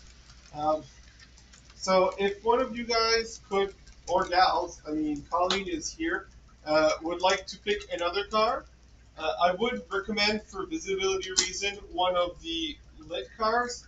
But one of these, just put it in the chat, and I'll go through all of them anyways. It's just the order at this point. So just leave it in the chat while I pick up the Camaro, and put it somewhere on the track so it looks like it's driving around. I will be right back.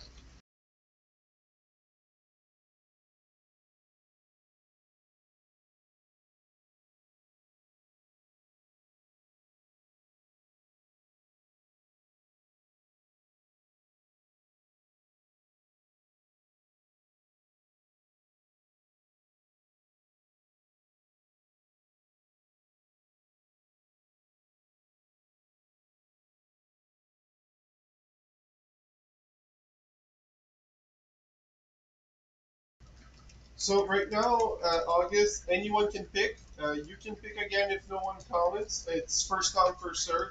Like I said, at this point, I'm going through all of them. So if you answer after someone else, you'll be the next.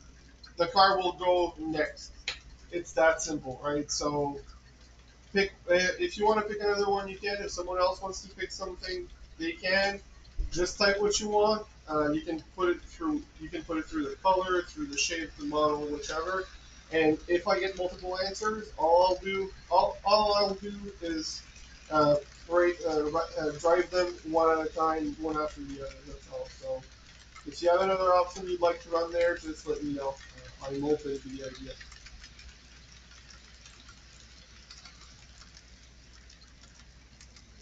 Red underglow. Yes, I can do that for sure. This one, I believe, is my only red underglow of the list.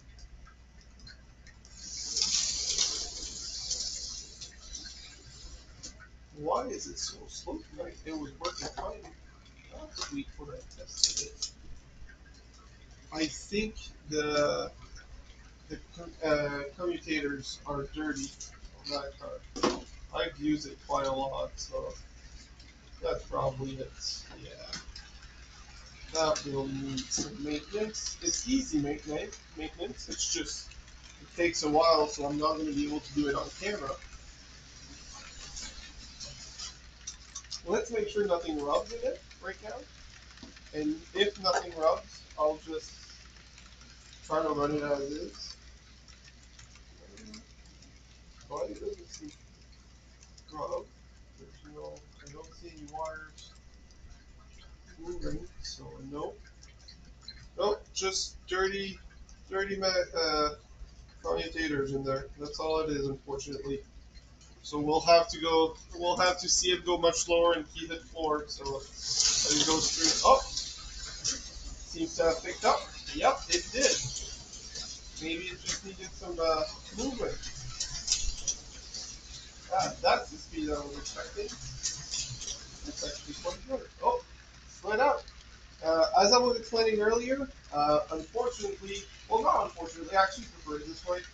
These cars, the ones like this one, have a different style motor and a different amount of magnets, so they don't go as fast, like compared to the yellow car. But they also have less grip because they have only one magnet instead of two. So it's more challenging to control, even though you're going at slower speed. It's still very fast on both on camera and in person, but there's a clear. I don't know how well it's represented on camera, but there is a clear difference in person on how fast the yellow car was versus this one is, right? And right now it's just being a pain in the butt for whatever reason, where sometimes it goes too slow and has a hard time keeping it going, and other times it goes very fast and jumps off the track. What gauge is that? That's technically all HO. Walter McKay. Hello, Walter. Haven't seen you here before. This is all HO, but while it's gauged HO, the cars are not the same scale as the train. Whoever decided, whoever is making these slot cars decided that HO was 1/64th, which is actually S scale, unfortunately.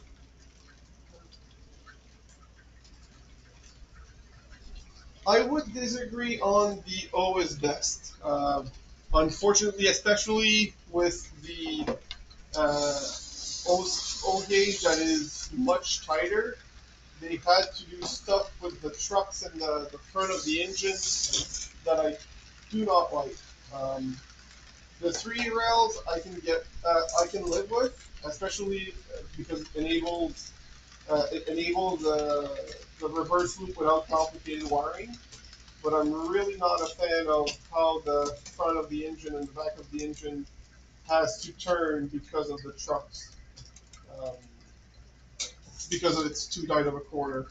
So I will not agree with you for all gauge being better. Why is it such a pain tonight?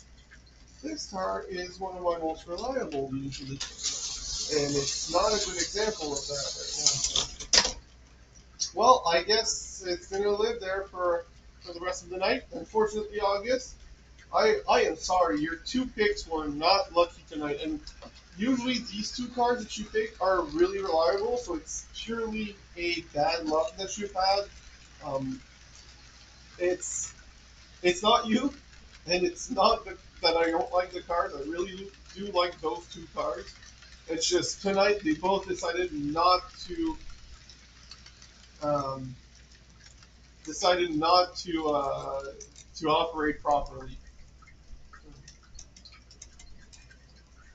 I mean, yes, but the ones made in the 50s and the 30s would also still operate in HO scale. I do have a train from the early 60s that still operates.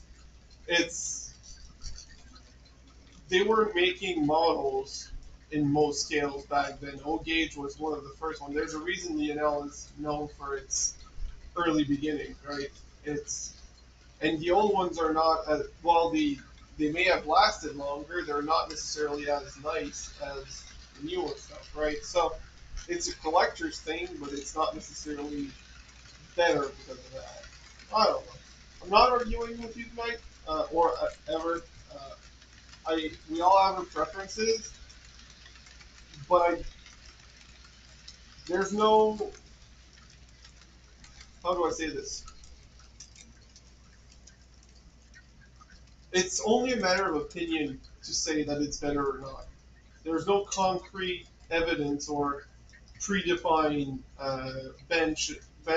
not benchmarks, but predefined parameters that tells this is better than the other ones, right?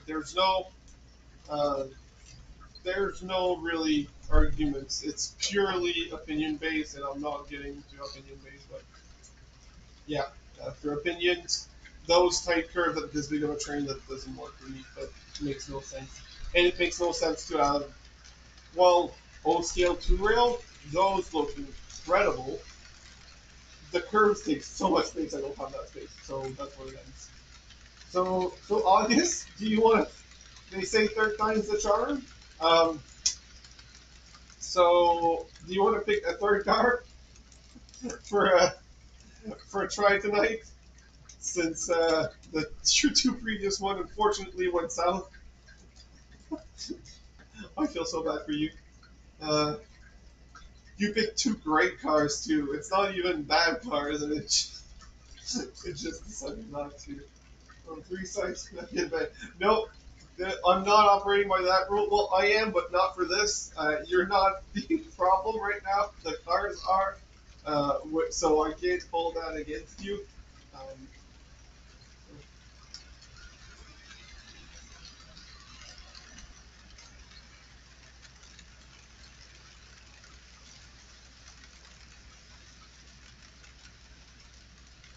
so yeah.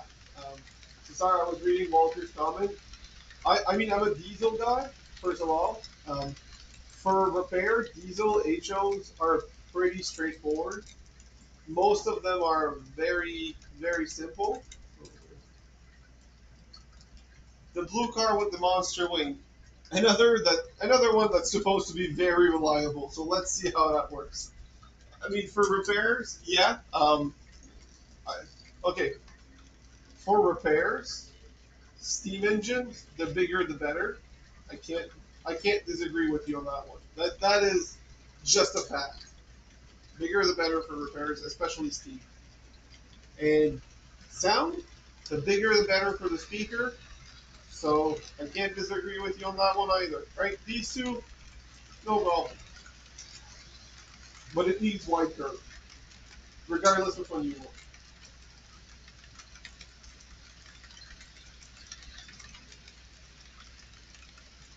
Yeah, that's true. N scale steams are a pain.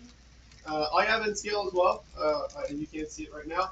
But behind me and to my side, I have N scales, mostly diesels.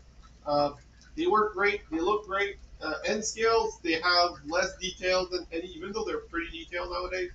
A lot less detail than compared to your O gauge or even HO scale stuff. Runs great, right? They just look great and it runs great. Auto stuff is incredible. So will August be lucky with the car tonight?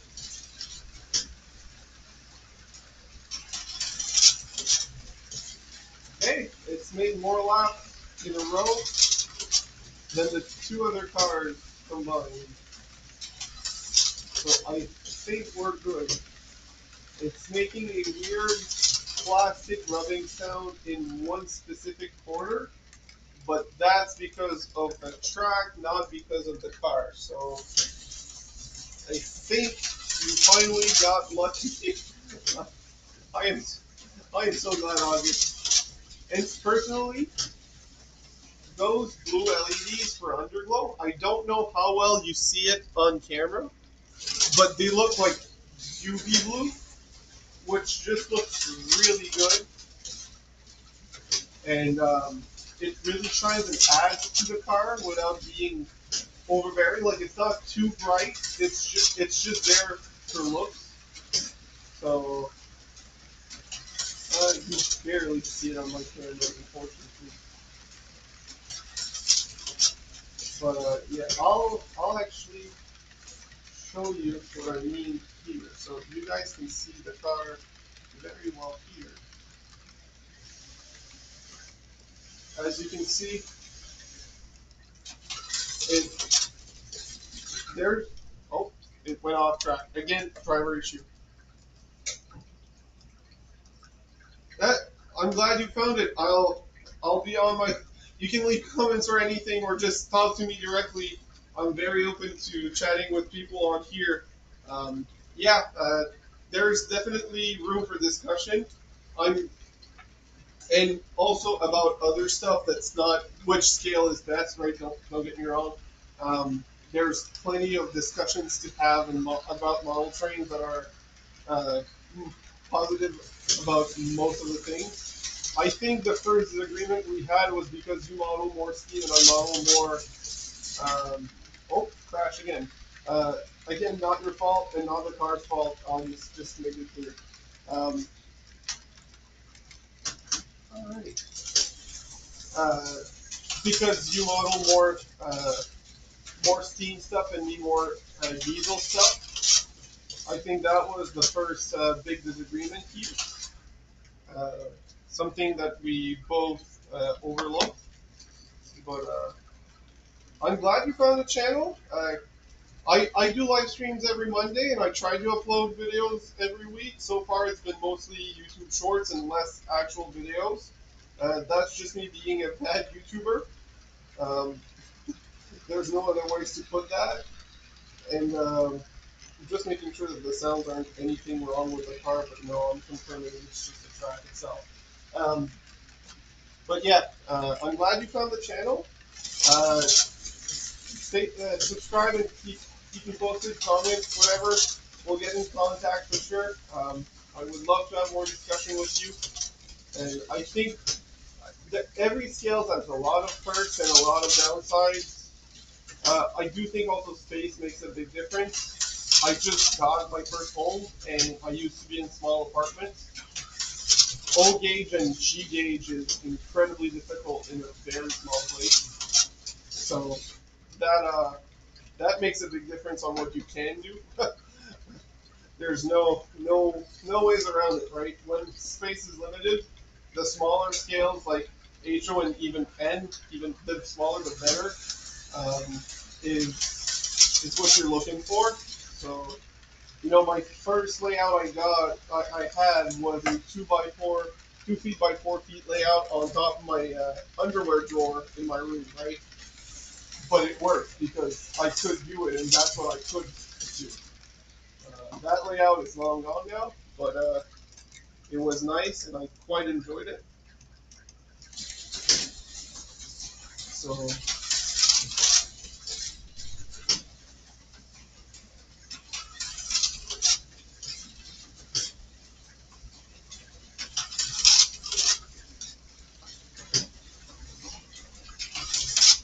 oh no, the front underglow light went out. Why? It was fine. I've been having issues with these blue LEDs. I don't know why. They all die much quicker than the other ones. Oh, hello, Spooner. Glad to see you here. Why do they all short like this? Did I just get a bad batch, or it's all? I don't think it's a batch. I think it's something to do with the. I don't know what's up with the. Why do they all die? It's always the front one. Oh, it's back. Let's hope it stays.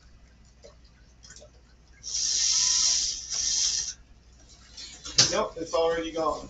Why? Why is it like this?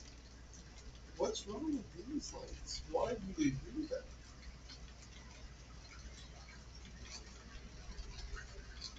These are 1500 ohm resistors, but it's the light doesn't die. It's not dead or burnt. It's shorted somewhere because power still flows. The back one still runs, and it's in series. So I think I got a bad patch or something because the blue lights and the white lights are a lot of them are doing this, but I don't know. It might be something to do with the what I am. The resistor it's 1500 ohms resistor, but I do think it might be the impacts that it gets, like it gets hit. It moves stuff inside of the LEDs because they don't seem to quite like driving around like this. But not all of them do that. It's the same setup as I told you and Larry the other night, Jim.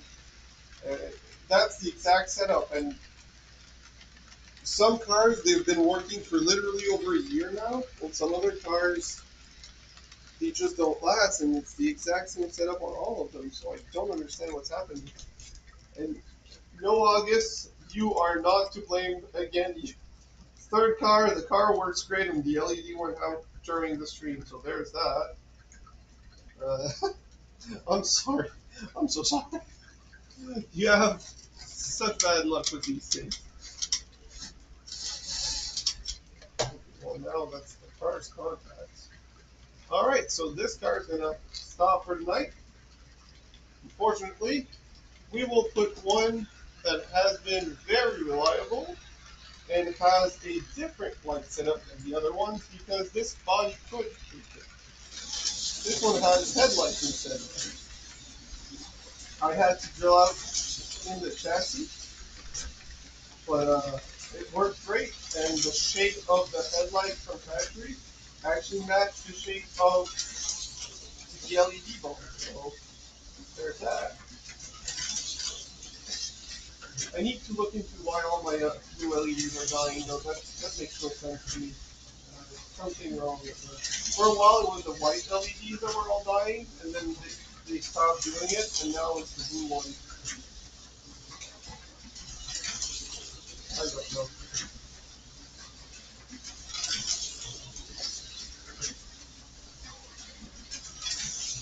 So, we will change trains. So, I don't know if you guys can still see barely. You kind of can see on my right,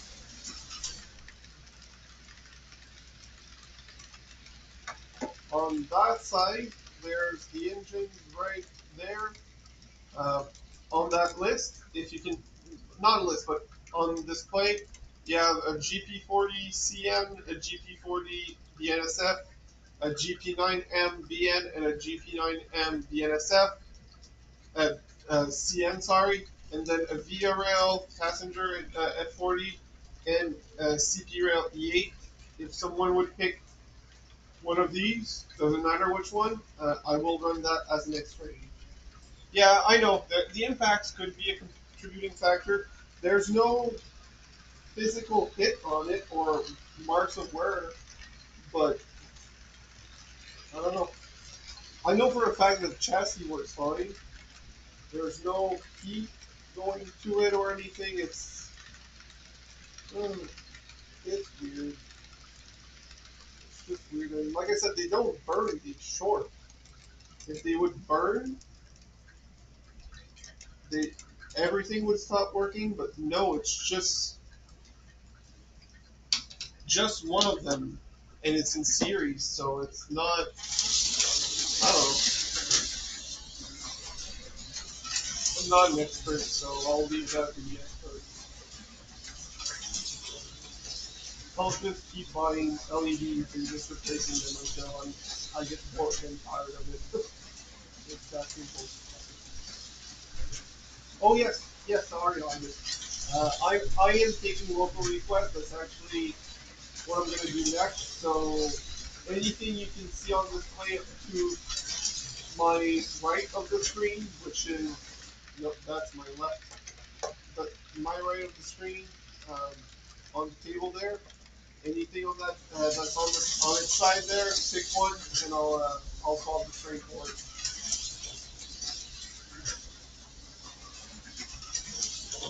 Oh, accident, accident, accident. I just noticed that the guardrail there is a little crooked. I think that's why the board flight on there. I'll fix that. I think it's a CP, the red one. Fix the little spot. Yeah, that's a CP. That's for passenger train. I will just swap out the. I will just move out of the way the Burlington order, and I will bring that. Put the CP on right here, which we missed.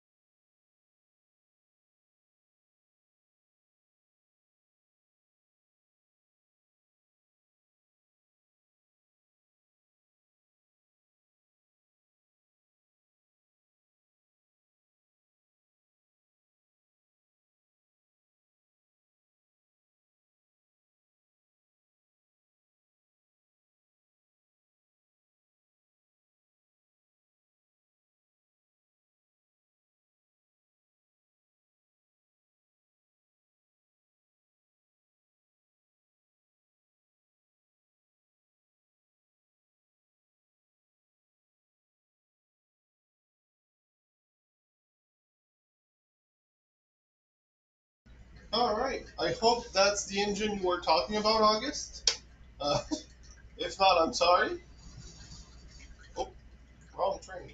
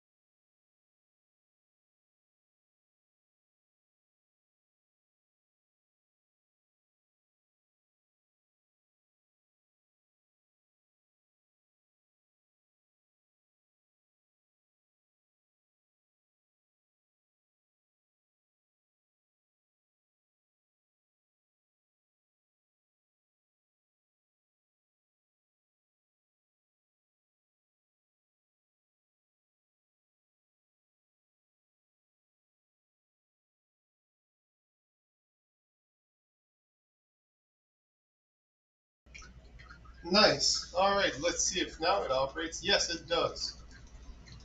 Please don't throw a tantrum. You're a very reliable train usually.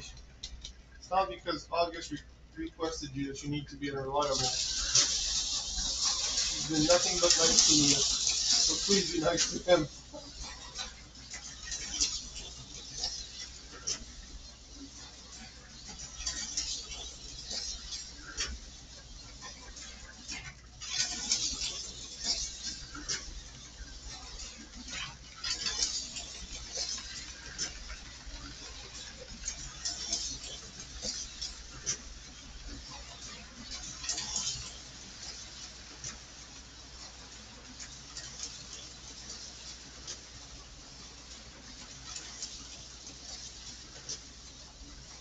Don't worry, you're not getting that. It's not. Don't worry, you're not. You were just unlucky tonight, but the stream has had some issues before, so I will blame it on the stream having issues and not on you. Don't worry about that. Uh, you are very welcome to be back on every stream. It's quite fun to have you. You participate a lot, and I quite enjoy that. Hello, crazy NPR. Hello, John. Glad to see you here. Um, yeah, I guess don't worry about that. Yeah, I was very happy to have you here. And, well, would you look at that? This will be as doing nothing but a beauty connection. It drives cheaper, it looks pretty, and handles quite well. And the LEDs are great, and they're both working so far. Let's hope they don't burn because that one's more complicated to replace. I probably shoot myself. And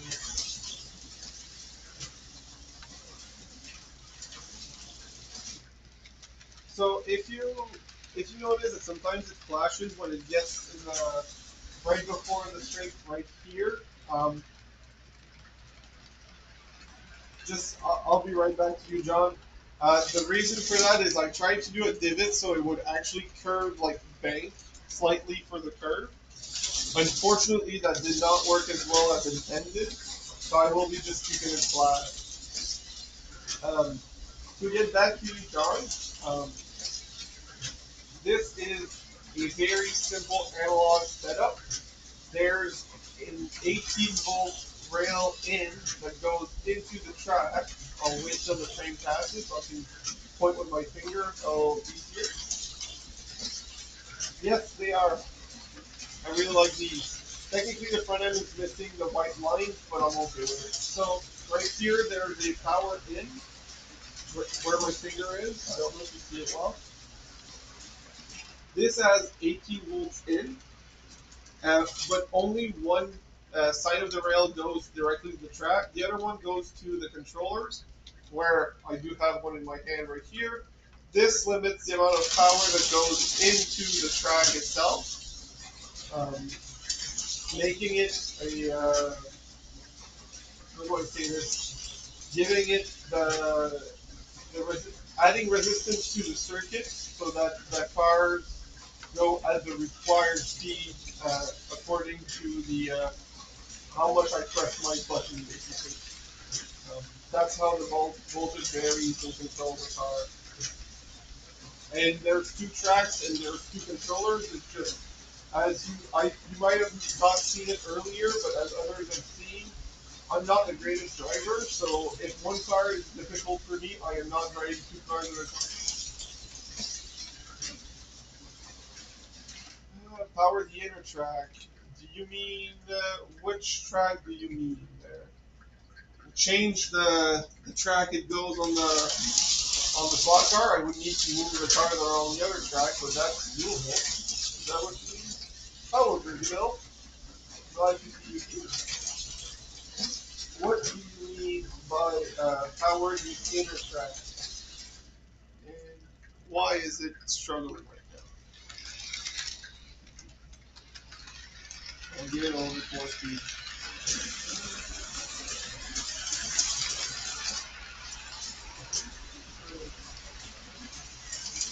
I mean, they're both powered. I can, and the controller's plugged in and everything. I just can't do both at the same time. Like if I take out this controller right there, and I press it right now, it won't do much because there's like 8 cars on the track right now. But they are both plugged in powered. They're ready to go. I'm not able to drive both at the same time, and and I would need someone else here to do the actual race.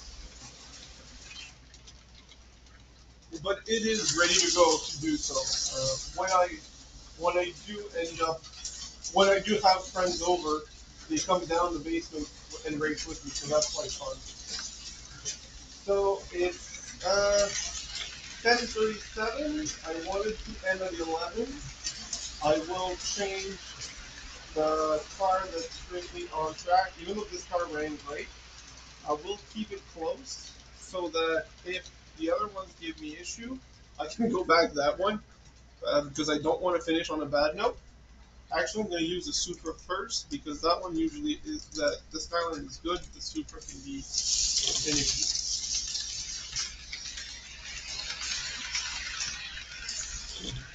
Oh, okay, that's not being finicky. That's me being back there.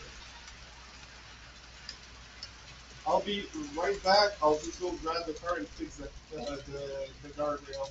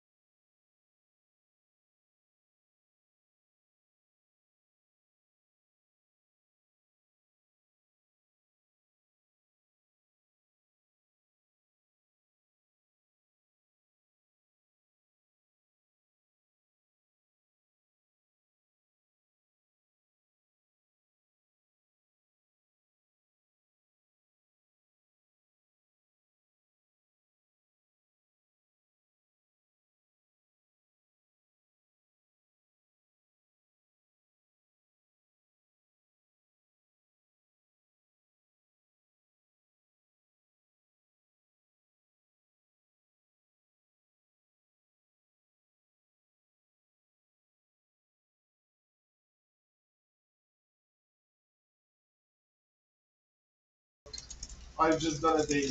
Thank you, Dirty Bill. I've just done a day. Um, but yeah, as I was saying, sounds like a great idea, August. As long as you keep the two loops completely isolated electrically, because I've heard of people backfeeding DC power into their DCC system and frying the DCC system, so you don't want that. Just make sure that the loops are completely isolated electrically. But other than that, go ahead and have some fun. I'm sure you'll love it. Alright, so the Supra slides a little more, but that's not a bad thing. That's a fun thing. Let's push it back on track. So I saw another comment from John. Yes. Let's see what he says. I have a 132 scale slot cars. Yeah, those are nice. Them being bigger actually have a lot more detail and they look great. Right, great. And I'm thinking of doing what you to do. I would say go for it. Uh, I understand that G scale has technically lots of actual scale depending on because the gauge is set, but it really depends on the trains you have. So it might, depending on which one you have, some might be off, some might be correct. But I can't judge you even if it's incorrect because mine are also incorrect. So there's there's that. With my 164 car on the 187 layout. But yeah, I would highly recommend. It just adds fun.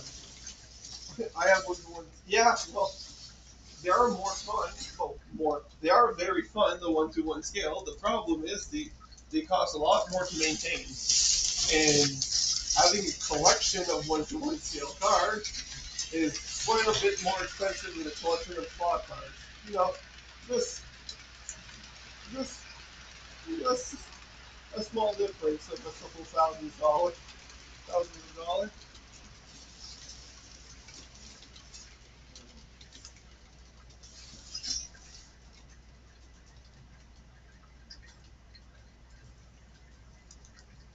So even then, if you have a crossover, make sure you can unplug the DCC system or the DC system when you're. If you have anything that has electricity going through it, like a passenger car's light or anything, when it crosses over, because it will pass the current from one to the other if you do crossover by shoving the cars. So just be mindful of that. Um, if you really want to make sure that nothing ever happens, don't connect them together. If you do, make sure that you can completely isolate this power system when you do crossover. Just keep that in mind.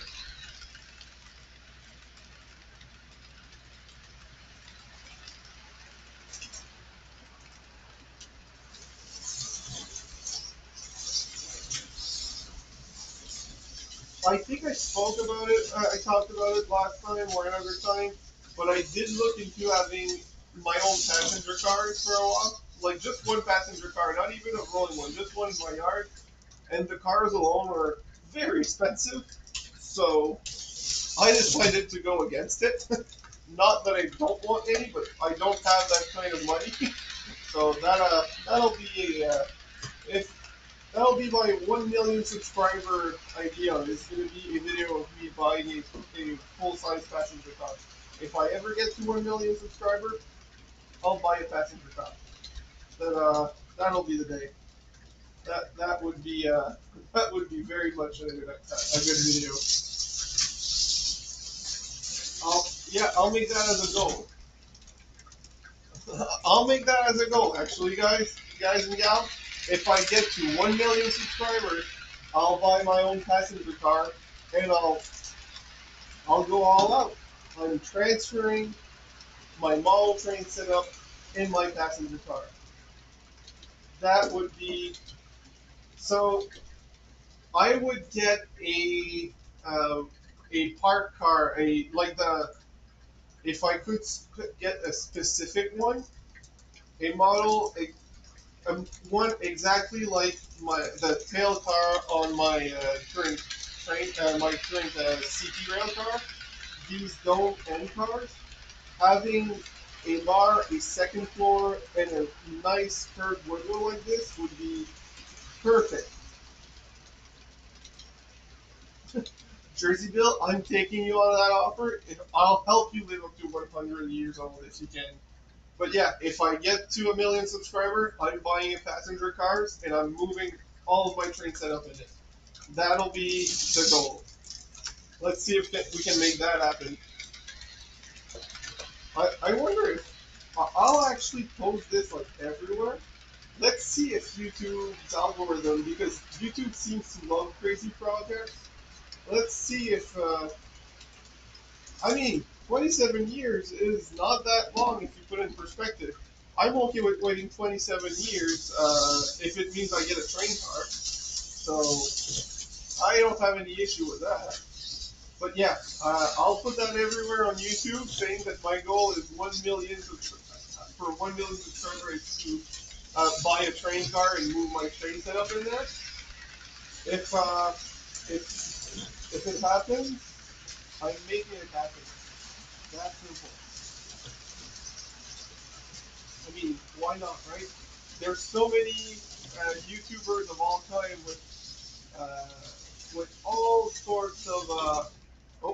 all sorts of channels that get over 1 million subscribers. So why can't I do that, right? And if it's informative and edu- educative by showing how model train works, how to do stuff, how or just having fun and sharing the hobby with everyone, why not? So let's do that. Let's set that as a goal. That could be very cool as well. The transport plane. Um, we, I mean, I don't know enough about planes to say a preference because uh, uh, uh, we operate trains, Bill. Those model trains are being operated. I am driving my slot car. We're doing more than just filming trains. So let's go with that. There, there's a YouTuber that I actually enjoy watching a lot. He's called Downey Live on YouTube. Most of his videos are him doing trips on trains, right?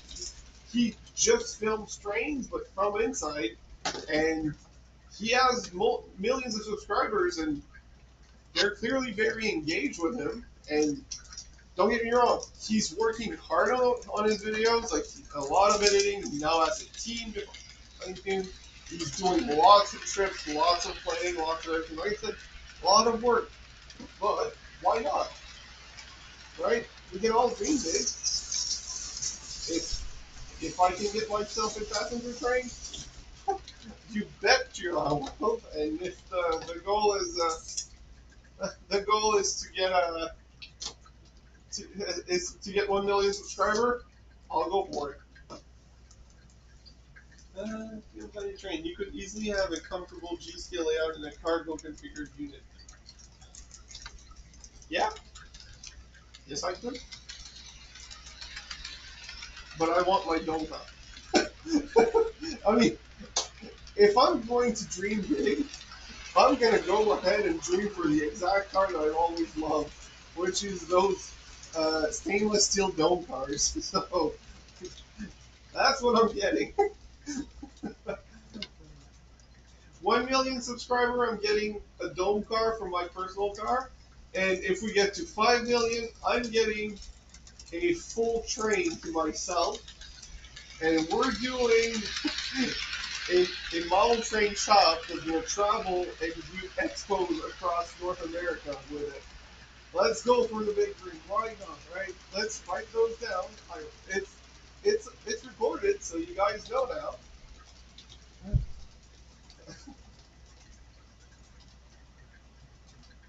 And let's have a full passenger train. One is going to be a personal car for me to live from. One was going to be the hobby shop. One is going to be HO and N scale. The other one's going to be O and G scale. Let's go. Why not? We can all dream big, right? See, it's not a bad idea. I mean, I don't have the means to do it now, but I do have the will. I would definitely run a hobby shop from a train and have and do expos every weekend in a different city by train. You hire an engineer and get clearance from whichever company of transport you to the next city, and you just go around and you can give people rides. You can give that would be a source of income if you have one car for guests, like a passenger. It's a passenger train, right? Yes, I'll convert some cars to the hobby shop or to. Why is it so bad right now? But why not? Since you guys were my first for subscribers, why not? Let's go for it. Let's see that go. And it's recorded. 1 million subscriber, I buy a passenger car and make a hobby shop in it.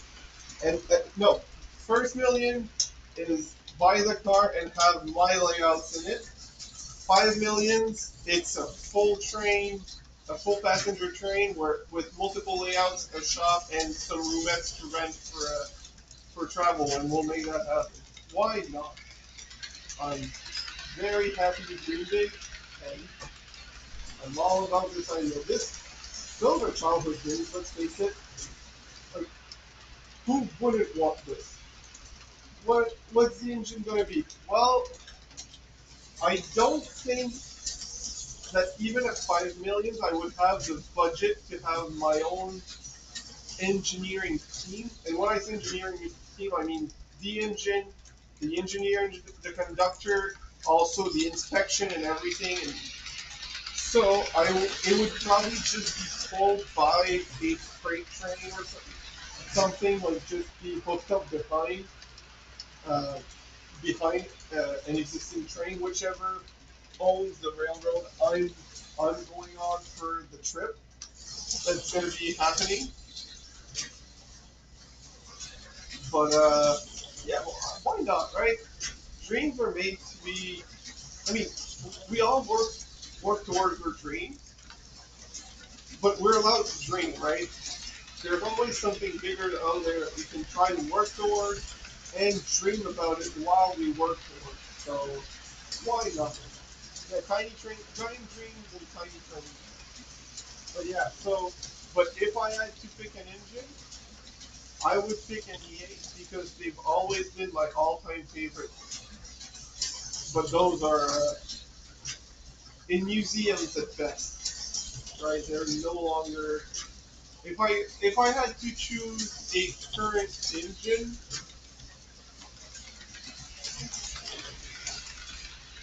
F40s have been a big part of my childhood, but a P42 was quite neat.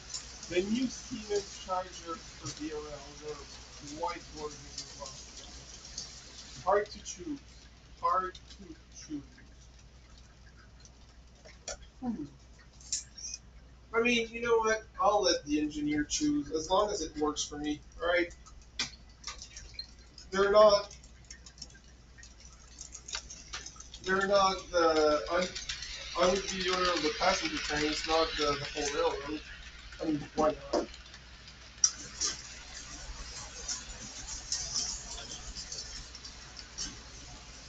Imagine though, 5 years from now, get my first million subscribers and get my own passenger car, and you guys are like, we were there for that when we talked about it. That was a crazy dream. And this dream will be talked about until I hit 900,000 subscribers. Then I will completely stop talking about it until I reach a million and I made it happen. That's gonna be the way I'm gonna do it. I'm gonna go about it. No, but no, that would be actually a pretty crazy thing. It would be quite nice.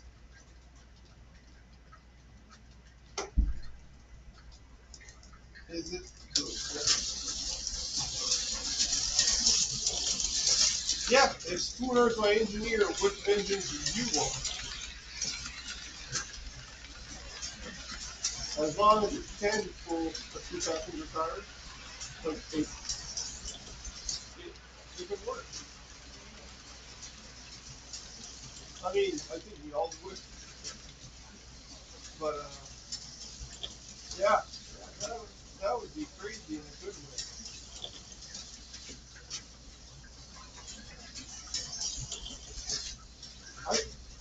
I, I would probably buy the V-Rail cars because while some of them are in rough shape, oh, derailment.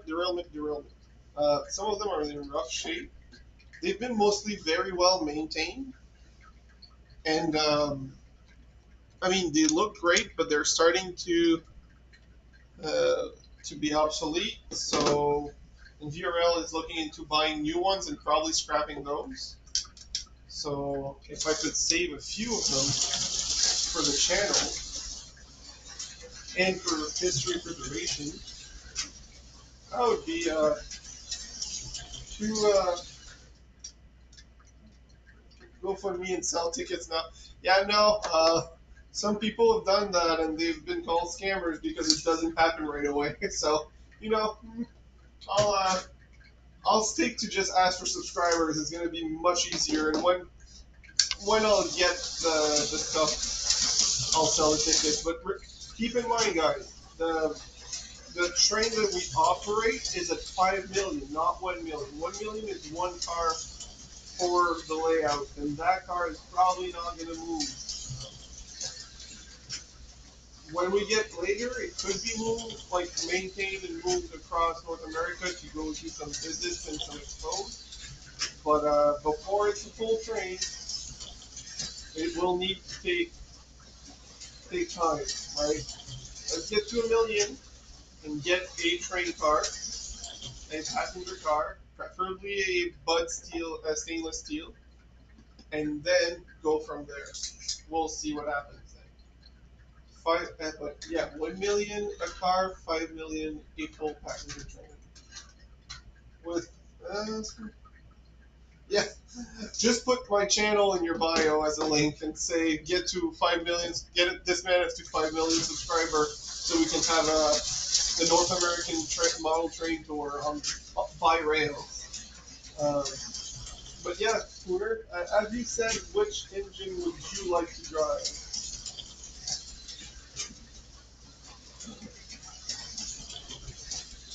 I will have to change my channel description to have this. I mean, I told them.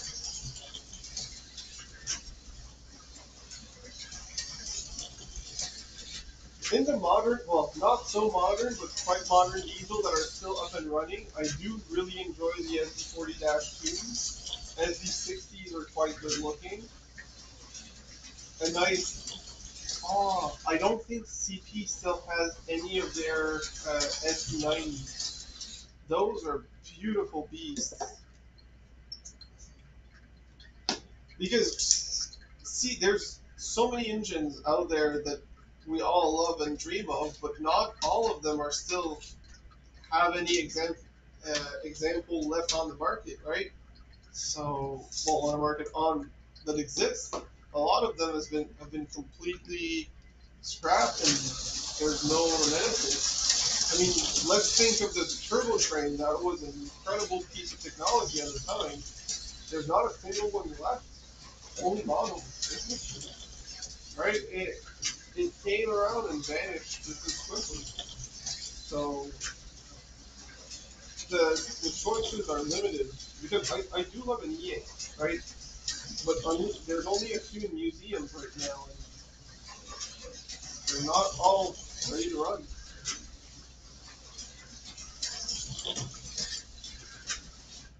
Nope, spin up, spin up. Well, there's 2 minutes left, guys and gals. That was quite a fun stream. There's only two cars left, but the Miata, since there's already one that ran, I will. You know what? I'll run the Supra first, and we'll see how that goes.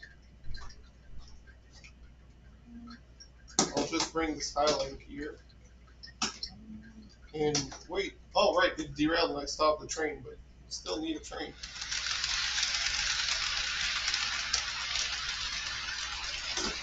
Also, to be clear, I love the E8s, but I love the E8s for their looks. If someone would tell me you could have an E8, but you need to put a much more modern engine for efficiency reasons or whatever, I'd be okay. I'm not a purist. I just want it to look right. If it looks right, I'd be okay with it, right?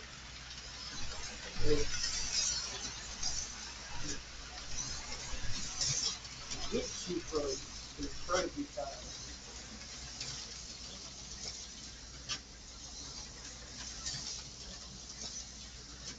A wrestle mod, yeah, exactly. To me, as long as it's looks right, but works has all the safety equipment from modern stuff, so like proper resto mod. I do need it. That would be perfect. That would do perfectly fine.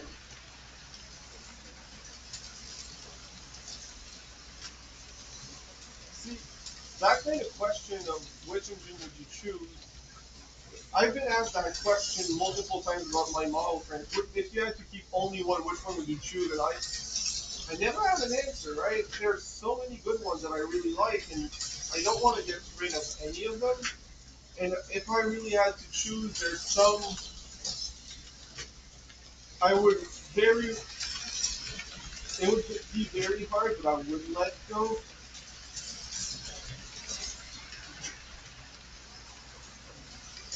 Yeah, it's 11.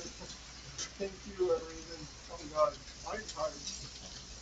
I'll push for an extra 5 minutes actually. But like I was saying, there's there's a few that I guess I could let go, but you know, I wouldn't be happy about it. But I can't pick just one.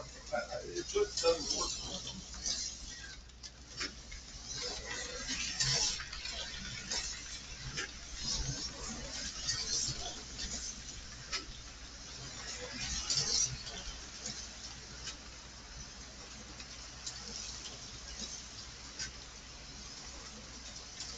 So there's 4 minutes left. A CA unit, one of those per season websites. That sounds nice. Again, probably you need to do a restaurant, but that would be nice. The what's the model that Dave has the in it's not a shark nose, but it's a CN with a similar to a shark nose engine. It's so gorgeous. It's is it a sea liner? Is it one of those CAs that Jersey does? Because that is quite a fancy engine. Sea liner, yeah. See, that's the one I go for. I don't even have one, but those are quite nice. For older engines, I pick that one. Otherwise, an E8 or E7, depending.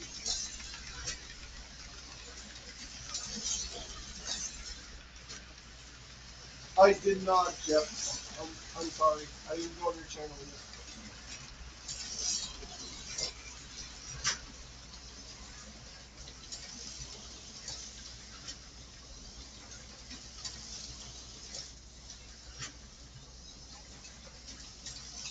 Well, good night, August. It was quite fun to have you here. Um, we will be back on next Monday, same bad time, same bad channel, as Lady Texas would say, um, or Batman, depending on who you're asking. Same bad time, same bad channel, and we'll be at 8 on next Monday, unless something happens. But I will let you guys know. Oh, no worries, August. I love that concert. You asking for it was just an excuse to run it. I just love that concert. So you and me both. We're both very happy that I am. All right. So I will stop the slot cars, and I will. I know I said till 05, but we'll just look at the train, and yeah, 1 million. Here we come, and we will do a recap. So good night, everyone. I will fade out. I'll let the train runs for the last minute, and we'll see you next week. Have a good one.